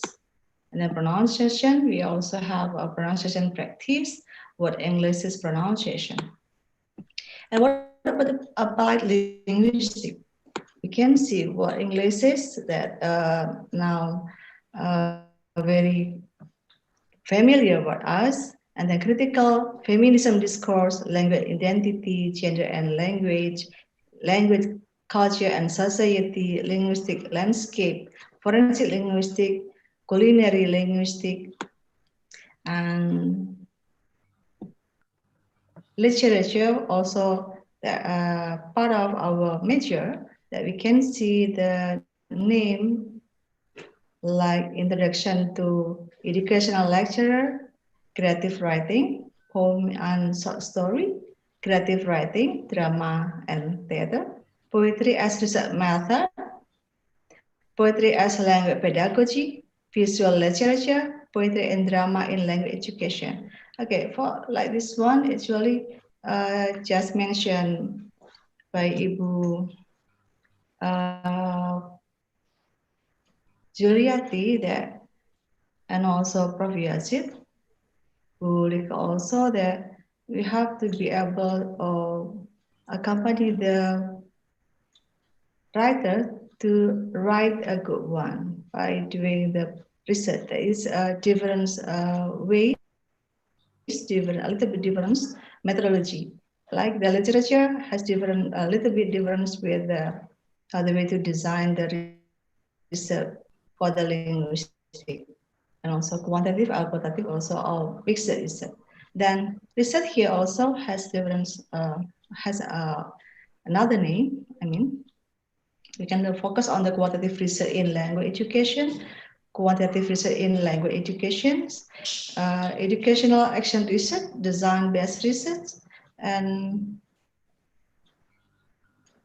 focus on language education. We have a language policy and planning, language curriculum design and development, syllabus and material design and development, language material design and development, methodology in TESOL, language assessment, reflective practice in language education, teacher professional development, social psychology of language, multiculturalism and language education, and also discuss digital literacies that we really needed for now, and intercultural communication, critical thinking, TEL, COL, ICT, and now we face blended learning also, or maybe MOOC, and language autonomy, language classroom management,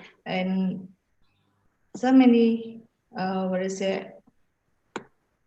we can use many variant of the name that is refer to the major of English department.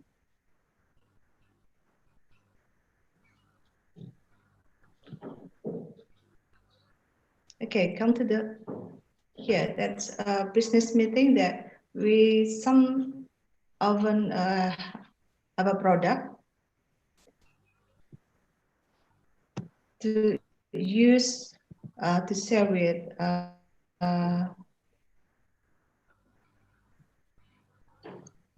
our members. And then virtual meeting. Okay. Because of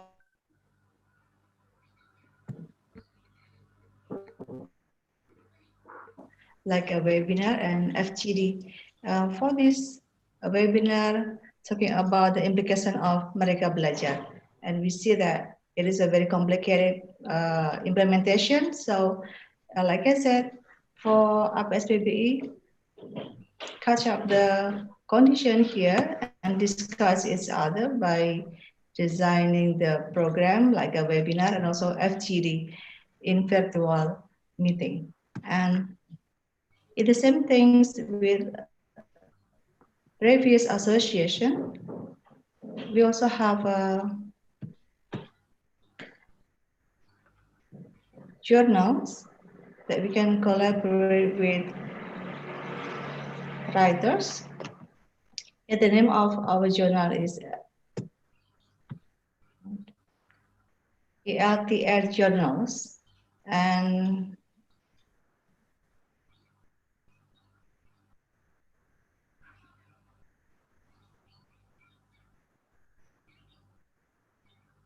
Ibu, are you with us? yeah, ELTR Journal twice a year. On July and January. And ELTA Journal here published originally scientific and unpublished article on ESL and EFL teaching methodology, curriculum development, teacher professional development, and all ESL, EFL related areas. And all articles are written in English. Okay. Then major issue.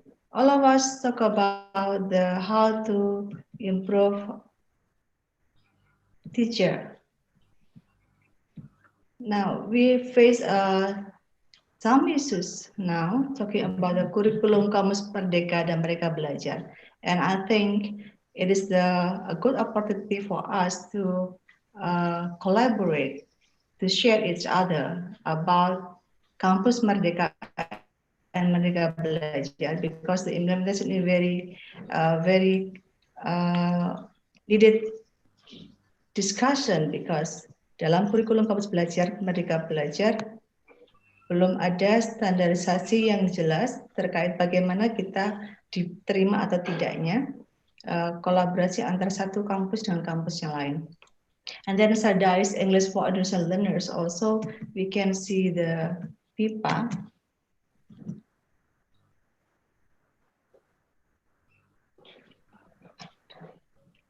We can see the PIPA that as a very needed for us to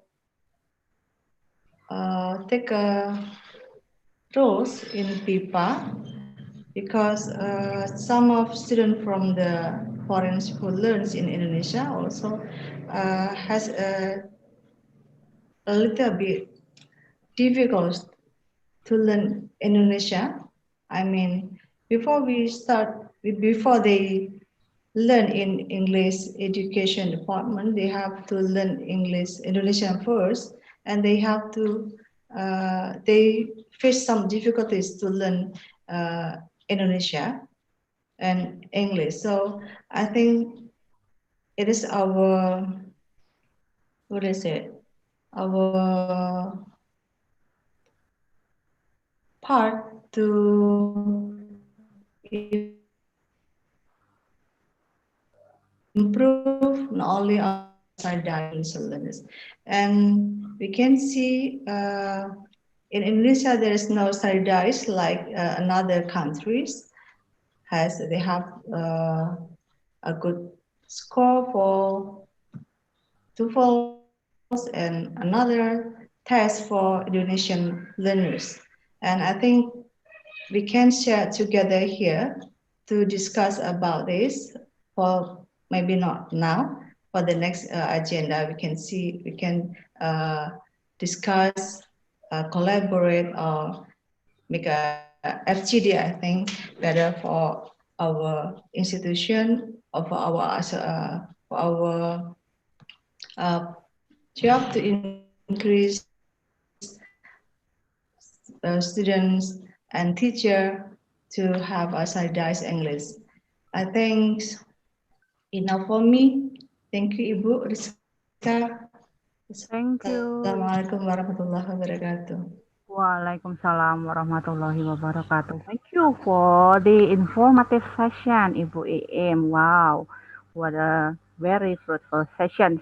Well, Ibu, Bapak, now we are coming to the question and answer session. Well, let me start with some questions from the chat box. Please allow me to share the screen for a moment. Okay. For the second.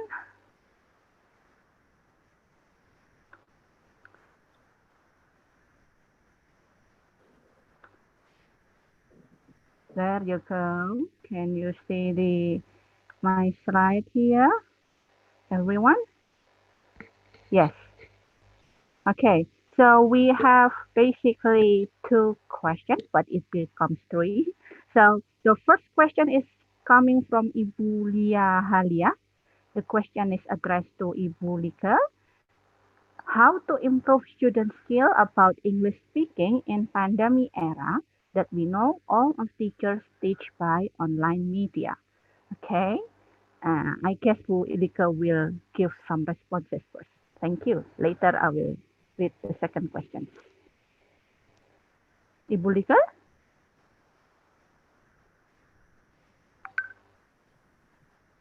Hello. Hello, Yes. Ibu. Yeah, okay. Have you got the questions? Thank you for the question from Ibu Lia. Ibu Lia Halia. Ibu Lia Halia, thank you for the questions. I think let's try to take this disadvantage into our advantage. As we know that during the pandemic, we cannot go out. So let's try to make use of all the resources in our surrounding. If outside resources that we can dig from inside the house or during the COVID-19 pandemic is from the internet. So we can use the media from internet like games, movies, songs, life hacks, and then we can record their speaking send it in the WhatsApp and send it to the teachers. Or as the follow-up of this, they have to produce the speaking. If what they get from games, movies, songs, life hacks, or everything that they get from the internet, it's just the input from them that they have to make kind of language exposure. So let's try to make materials inside the house, like helping the mother cooking, helping the parents to do the housework, or if it is in the advanced level, so we can make about what is your plan during the pandemic? What will you do during the pandemic? Is there any program that you want? Maybe you want to have business online or something like that. So let's try to make three topics that is very close with the students, because we have to know about the psychological condition of the students during the pandemic. Actually, the students are very frustrated. They cannot go out. They cannot meet their friends. So I think classes can be like a place for them to release their frustration by telling about everything, about what they feel. This is what I do. And I think speaking from home will be very beneficial for the students because they don't have to go to the campus. They can use most of the time for practicing their speaking, and they just recording it or facing the teachers in the Zoom meeting. And that's all really, they have much more time. They have much longer time for the students to practice English at home, actually. That's what I can suggest, Ibu. Thank you, Bu Lika, for the responses. Wow, it's a very complete answer. So again, the issue of psychological aspects becomes one of the concern in relation with teaching in the pandemic era. Thank you, Ibu Lika. Now let me continue to the second question. Let me share the screen once again. Maybe, sorry. Okay. Now the second question goes to both speakers. The question comes from Bapak Kristianto. Well, how to determine the program unggulan for English department? We need concrete examples from your experience in your department. Now, probably I will invite Bu Iim first to share her experience about program unggulan in your department? Ibu Iim, thank you. Thank you for question, Kristianto. Kristianto. Okay, talking about program unggulan, I think we can see the part of, what is it? 9 kriteria sekarang ya. Okay, you can see fill all the component 1 to 9 criteria, and you have to the main point is how the way we see our SDM and also SDR in our program. So by collaboration research and now in collaboration with students also very important things, and also Elite already did it, make MOU with journals, with another institution is also make a great ways to improve our English departments to make it more better. Then also like this one, Bapak Ibu joining the seminar, webinar actively also make our accreditation of Prodi menjadi bagus juga. So many aspects in standard 1 to 9, you try to fulfill all the what is it, component over there. Thank you, Ibu. Thank you, Ibu Iim, for sharing the experience. Thank you. It will inspire us to be better, just like your English department. Once again, thank you. Now I will invite Ibu Lika probably to share her program unggulan. Ibu Lika, please. For what is it? The program unggulan. So probably you could share how to determine the program unggulan for the English department. The concrete example of program unggulan on your department. Okay. For the top priority characteristics or typical things that we can take from our department is, first we have to find out about our capital first. Capital means what we have in our department. What the capital can be the teachers, can be the university, or it can be the tendency of the student. First is the teacher. Usually, we can decide, we can see about the characteristics of the teacher or the lecturers. If the teacher of the lecturers have some strength in something, so let's try to do it. There are some characteristics that in one department, most teachers like to write. So let's try to make something about writing. It can be like making the journals, it can be like making bulletins, it can be having articles in newspaper, or having a kind of activities or student group work about writing, or in other occasions, maybe the teachers or the lecturers have talent or have good quality about speaking. So let's try to conduct lots of things in speaking. So I think this is the capital that we can dig out to make as like the typical or the top priority product we can have in our department. And the second is, of course, we can see from our surroundings. It will be like the local load in our surrounding or the local wisdom that we have to see. For example, like in Malang, Malang is very familiar with the culture. So I think we can dig out our program unggulan. Program unggulan is not always 4 language skills and 2 language components. No, but it can be any kinds of activities, the real activities that we can do using English. It can be our program unggulan. So program unggulan or top priority products in English department doesn't mean that we have to put priority in listening, reading, speaking, writing, or vocabulary or grammar. It's not like this, but we can do it directly into the implementation or into the real context. That's what we call as what is it?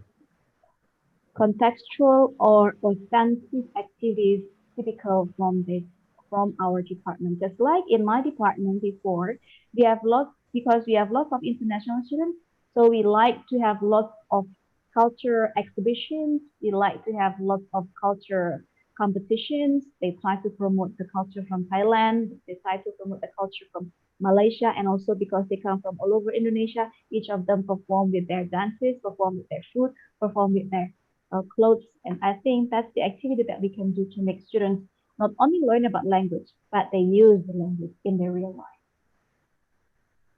Thank you for sharing the experience. It was very enlightening. Well, we still have some questions.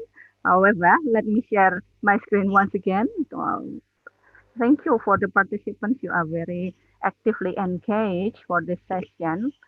Well, please allow me to share once again.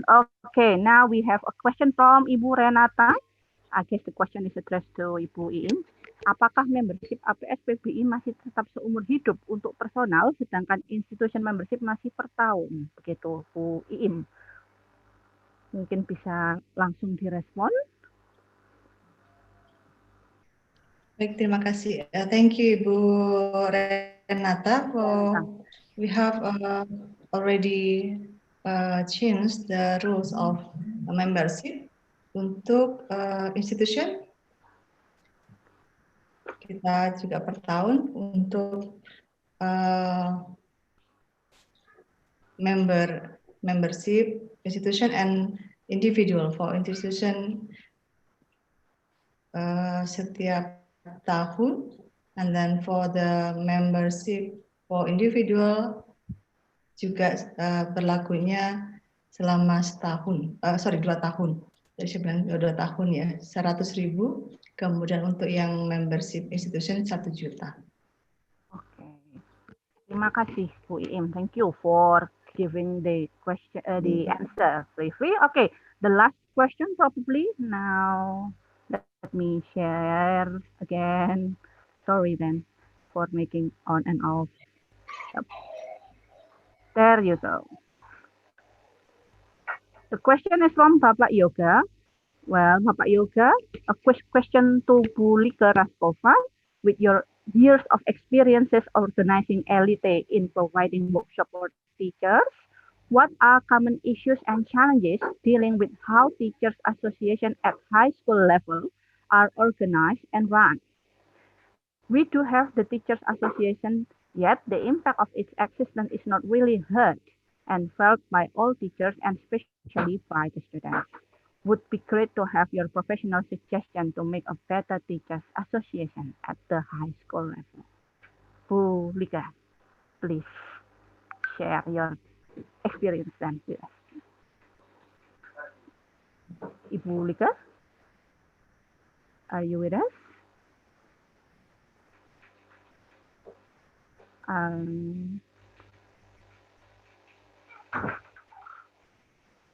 Ibu Lika? Okay, probably she is not with us now. Okay, probably Bu Im, could you give us some suggestion about this question, these ideas? So how to, what are the common issues and challenges dealing with how teachers association at high school level are organized and run? How to probably develop the English Teachers Association, I guess. Probably those are the ideas while we are waiting for Pulika. Yeah, thank you for the question. Currently, so now we face a new curriculum. Actually, we are confused. What kind of curriculum is it? Talking about Kampus Merdeka Merdeka Belajar actually is such kind of models, not change the KKNI actually. We still use KKNI, then Kampus Merdeka just embedded in KKNI. Then that's as long as I know. Then we have to collaborate, we have to find out the appropriate mission and vision with another colleges in our institution, also outside institution, in and out of institution, to make it curriculum Kampus Merdeka and Merdeka Belajar can implement in our department. And actually, beside the curriculum Kampus Merdeka Merdeka Belajar, also we face some problem actually related to the BIPA. Some of us as a lecturer as a BIPA, Bahasa Indonesia for speaker for other languages, and did a language policy for us to, you can see people actually growing global as success is Indonesia government language policy actually. Then it's becoming a most populous nation in the world. But we still, in PIPA, we need such kind of teaching. Here is English competency, and it is the second major of current issues beside the curriculum. And beside that, we also need such kind of tools to assess competency of English for Indonesian learners. And we don't have such kind of tool here, what kind of level of student in Indonesia, like TOEFL, IELTS, and other tools. I mean, for the association, it is also our opportunities to discuss together, I think. Thank you. Thank you, Bu Iim, for sharing. So I guess we can develop some qualification framework for the English proficiency level in Indonesia, while we are having more than one or two prominent English education association, as well as English teachers association. Now we have Bulika with us. Bulika, sorry for the inconvenience. Let me invite you once again. So we have a question for you as well from Pak Yoga. Have you got a question, Ibu? Okay, I got the question. I got the question. Yes, probably you can share your experience in running the association. Several times we have a workshop with the teachers, especially teachers in madrasah, but also there are some teachers from the senior high school or SMA or SMK also join that. It is conducted by RILO from the United States Embassy. They always like to have a kind of workshop, especially about teaching techniques. When we have a kind of workshop, and then the teachers always ask again, this based on the evaluation or the feedback, okay, when will Elite have another workshop again about teaching techniques? That's the first thing that they need. And the second thing that they need actually is not only about teaching techniques. What they need is about refreshments. Teacher do needs refreshment. I have made workshop with the teachers in Jombang, in Probolinggo, and also in Gresik, and also in some other part of East Java, in Blitar, Tulungagung. What they like is they really like to have refreshments, because actually teachers have more experience about teaching. They know about, sometimes they have teaching techniques much better than us, but what they need is about refreshment. They need to be convinced that they are good, that they are great. And how can we do it? Let's have regular meeting. Elite is very solid in our membership because you have regular meetings. And in our regular meetings, we try to talk about just regular issues. And we try to have different atmospheres from the campus or from the schools. We try to make very informal situations, but we still have some activities. I think Bu Rizka and also Bu Rizka and also, what is it, Ibu Iim, always have like meeting with us. What we do is that we have lots of things. We have do about curriculum, we exchange curriculum, we talk about teaching techniques, we talk about research and conferences. But because we talk in different atmosphere, that's why people are not very tired. But if we create the meeting with that organization or with that association, you create like the meeting in school, of course it is not interesting. So actually everything sometimes does not depend on the content. Everything sometimes to some extent depend on how we try to package it. And we package in different atmospheres. So I think in relaxing environment, fear-free environment, so they can talk about something and relax. So I think you can try to, to make your members become very comfortable in your association. And I think this is two things that the teachers need, teaching techniques, and the second is refreshment. Thank you, Bu Rizka. Thank you, Bulika, for sharing the experience. Well, ladies and gentlemen, let's give big applause to both presenters. a very warm applause for sharing the experience. Well, Ibu Bapak, ladies and gentlemen, allow me to sum up the two presenter sessions. Well, the role of English Education Association is to develop collaboration between government, faculty members, university, and English teachers to improve the quality of ELT education in Indonesia in terms of teaching methodology, curriculum development, and research quality.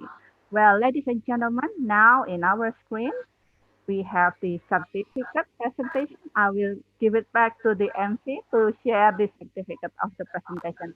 The last I say, thank you for joining us. Wassalamualaikum warahmatullahi wabarakatuh. Waalaikumsalam warahmatullahi wabarakatuh. Back to Ibu Novi. Yeah, thank you, Bu Rizka, as the moderator for the plenary session 2, and also the presenters for this plenary session 2, Bu Like and Bu Iim. Yes, ladies and gentlemen, here we share the certificates for all the presenters, and we also say thank you so much for here with us. And yeah, ladies and gentlemen, please stay with us for a while because we will have photo session and it will be handled by Ibu Sinta Permanasari. Ibu Sinta, time is yours.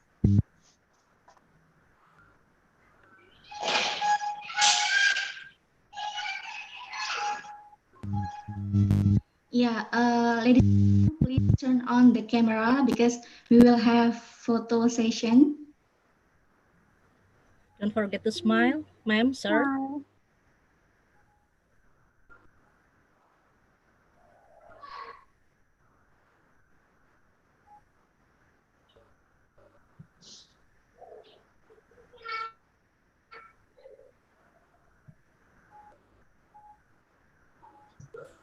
Oke, finish ma'am untuk foto shootnya. Thank you. Yes, okay, now thank you so much. Finally, we come to the end of this event. So to close this event, let's say Alhamdulillahirabbil alamin. Me as the presenter and also the committee ask for apology of the inconvenience. And we would like to say thank you for all of your participants and nice attention. Thank you so much. Wassalamualaikum warahmatullahi wabarakatuh. Waalaikumsalam warahmatullahi wabarakatuh. Thank you, everyone. Thank you, Bu Rizka, Bu Iim, Bu Like, Prof. Yazid, Prof. Zuli. Thank you, everybody. Thank you so much. Thank you, Bu Tias and Bu Rizka as the presenter.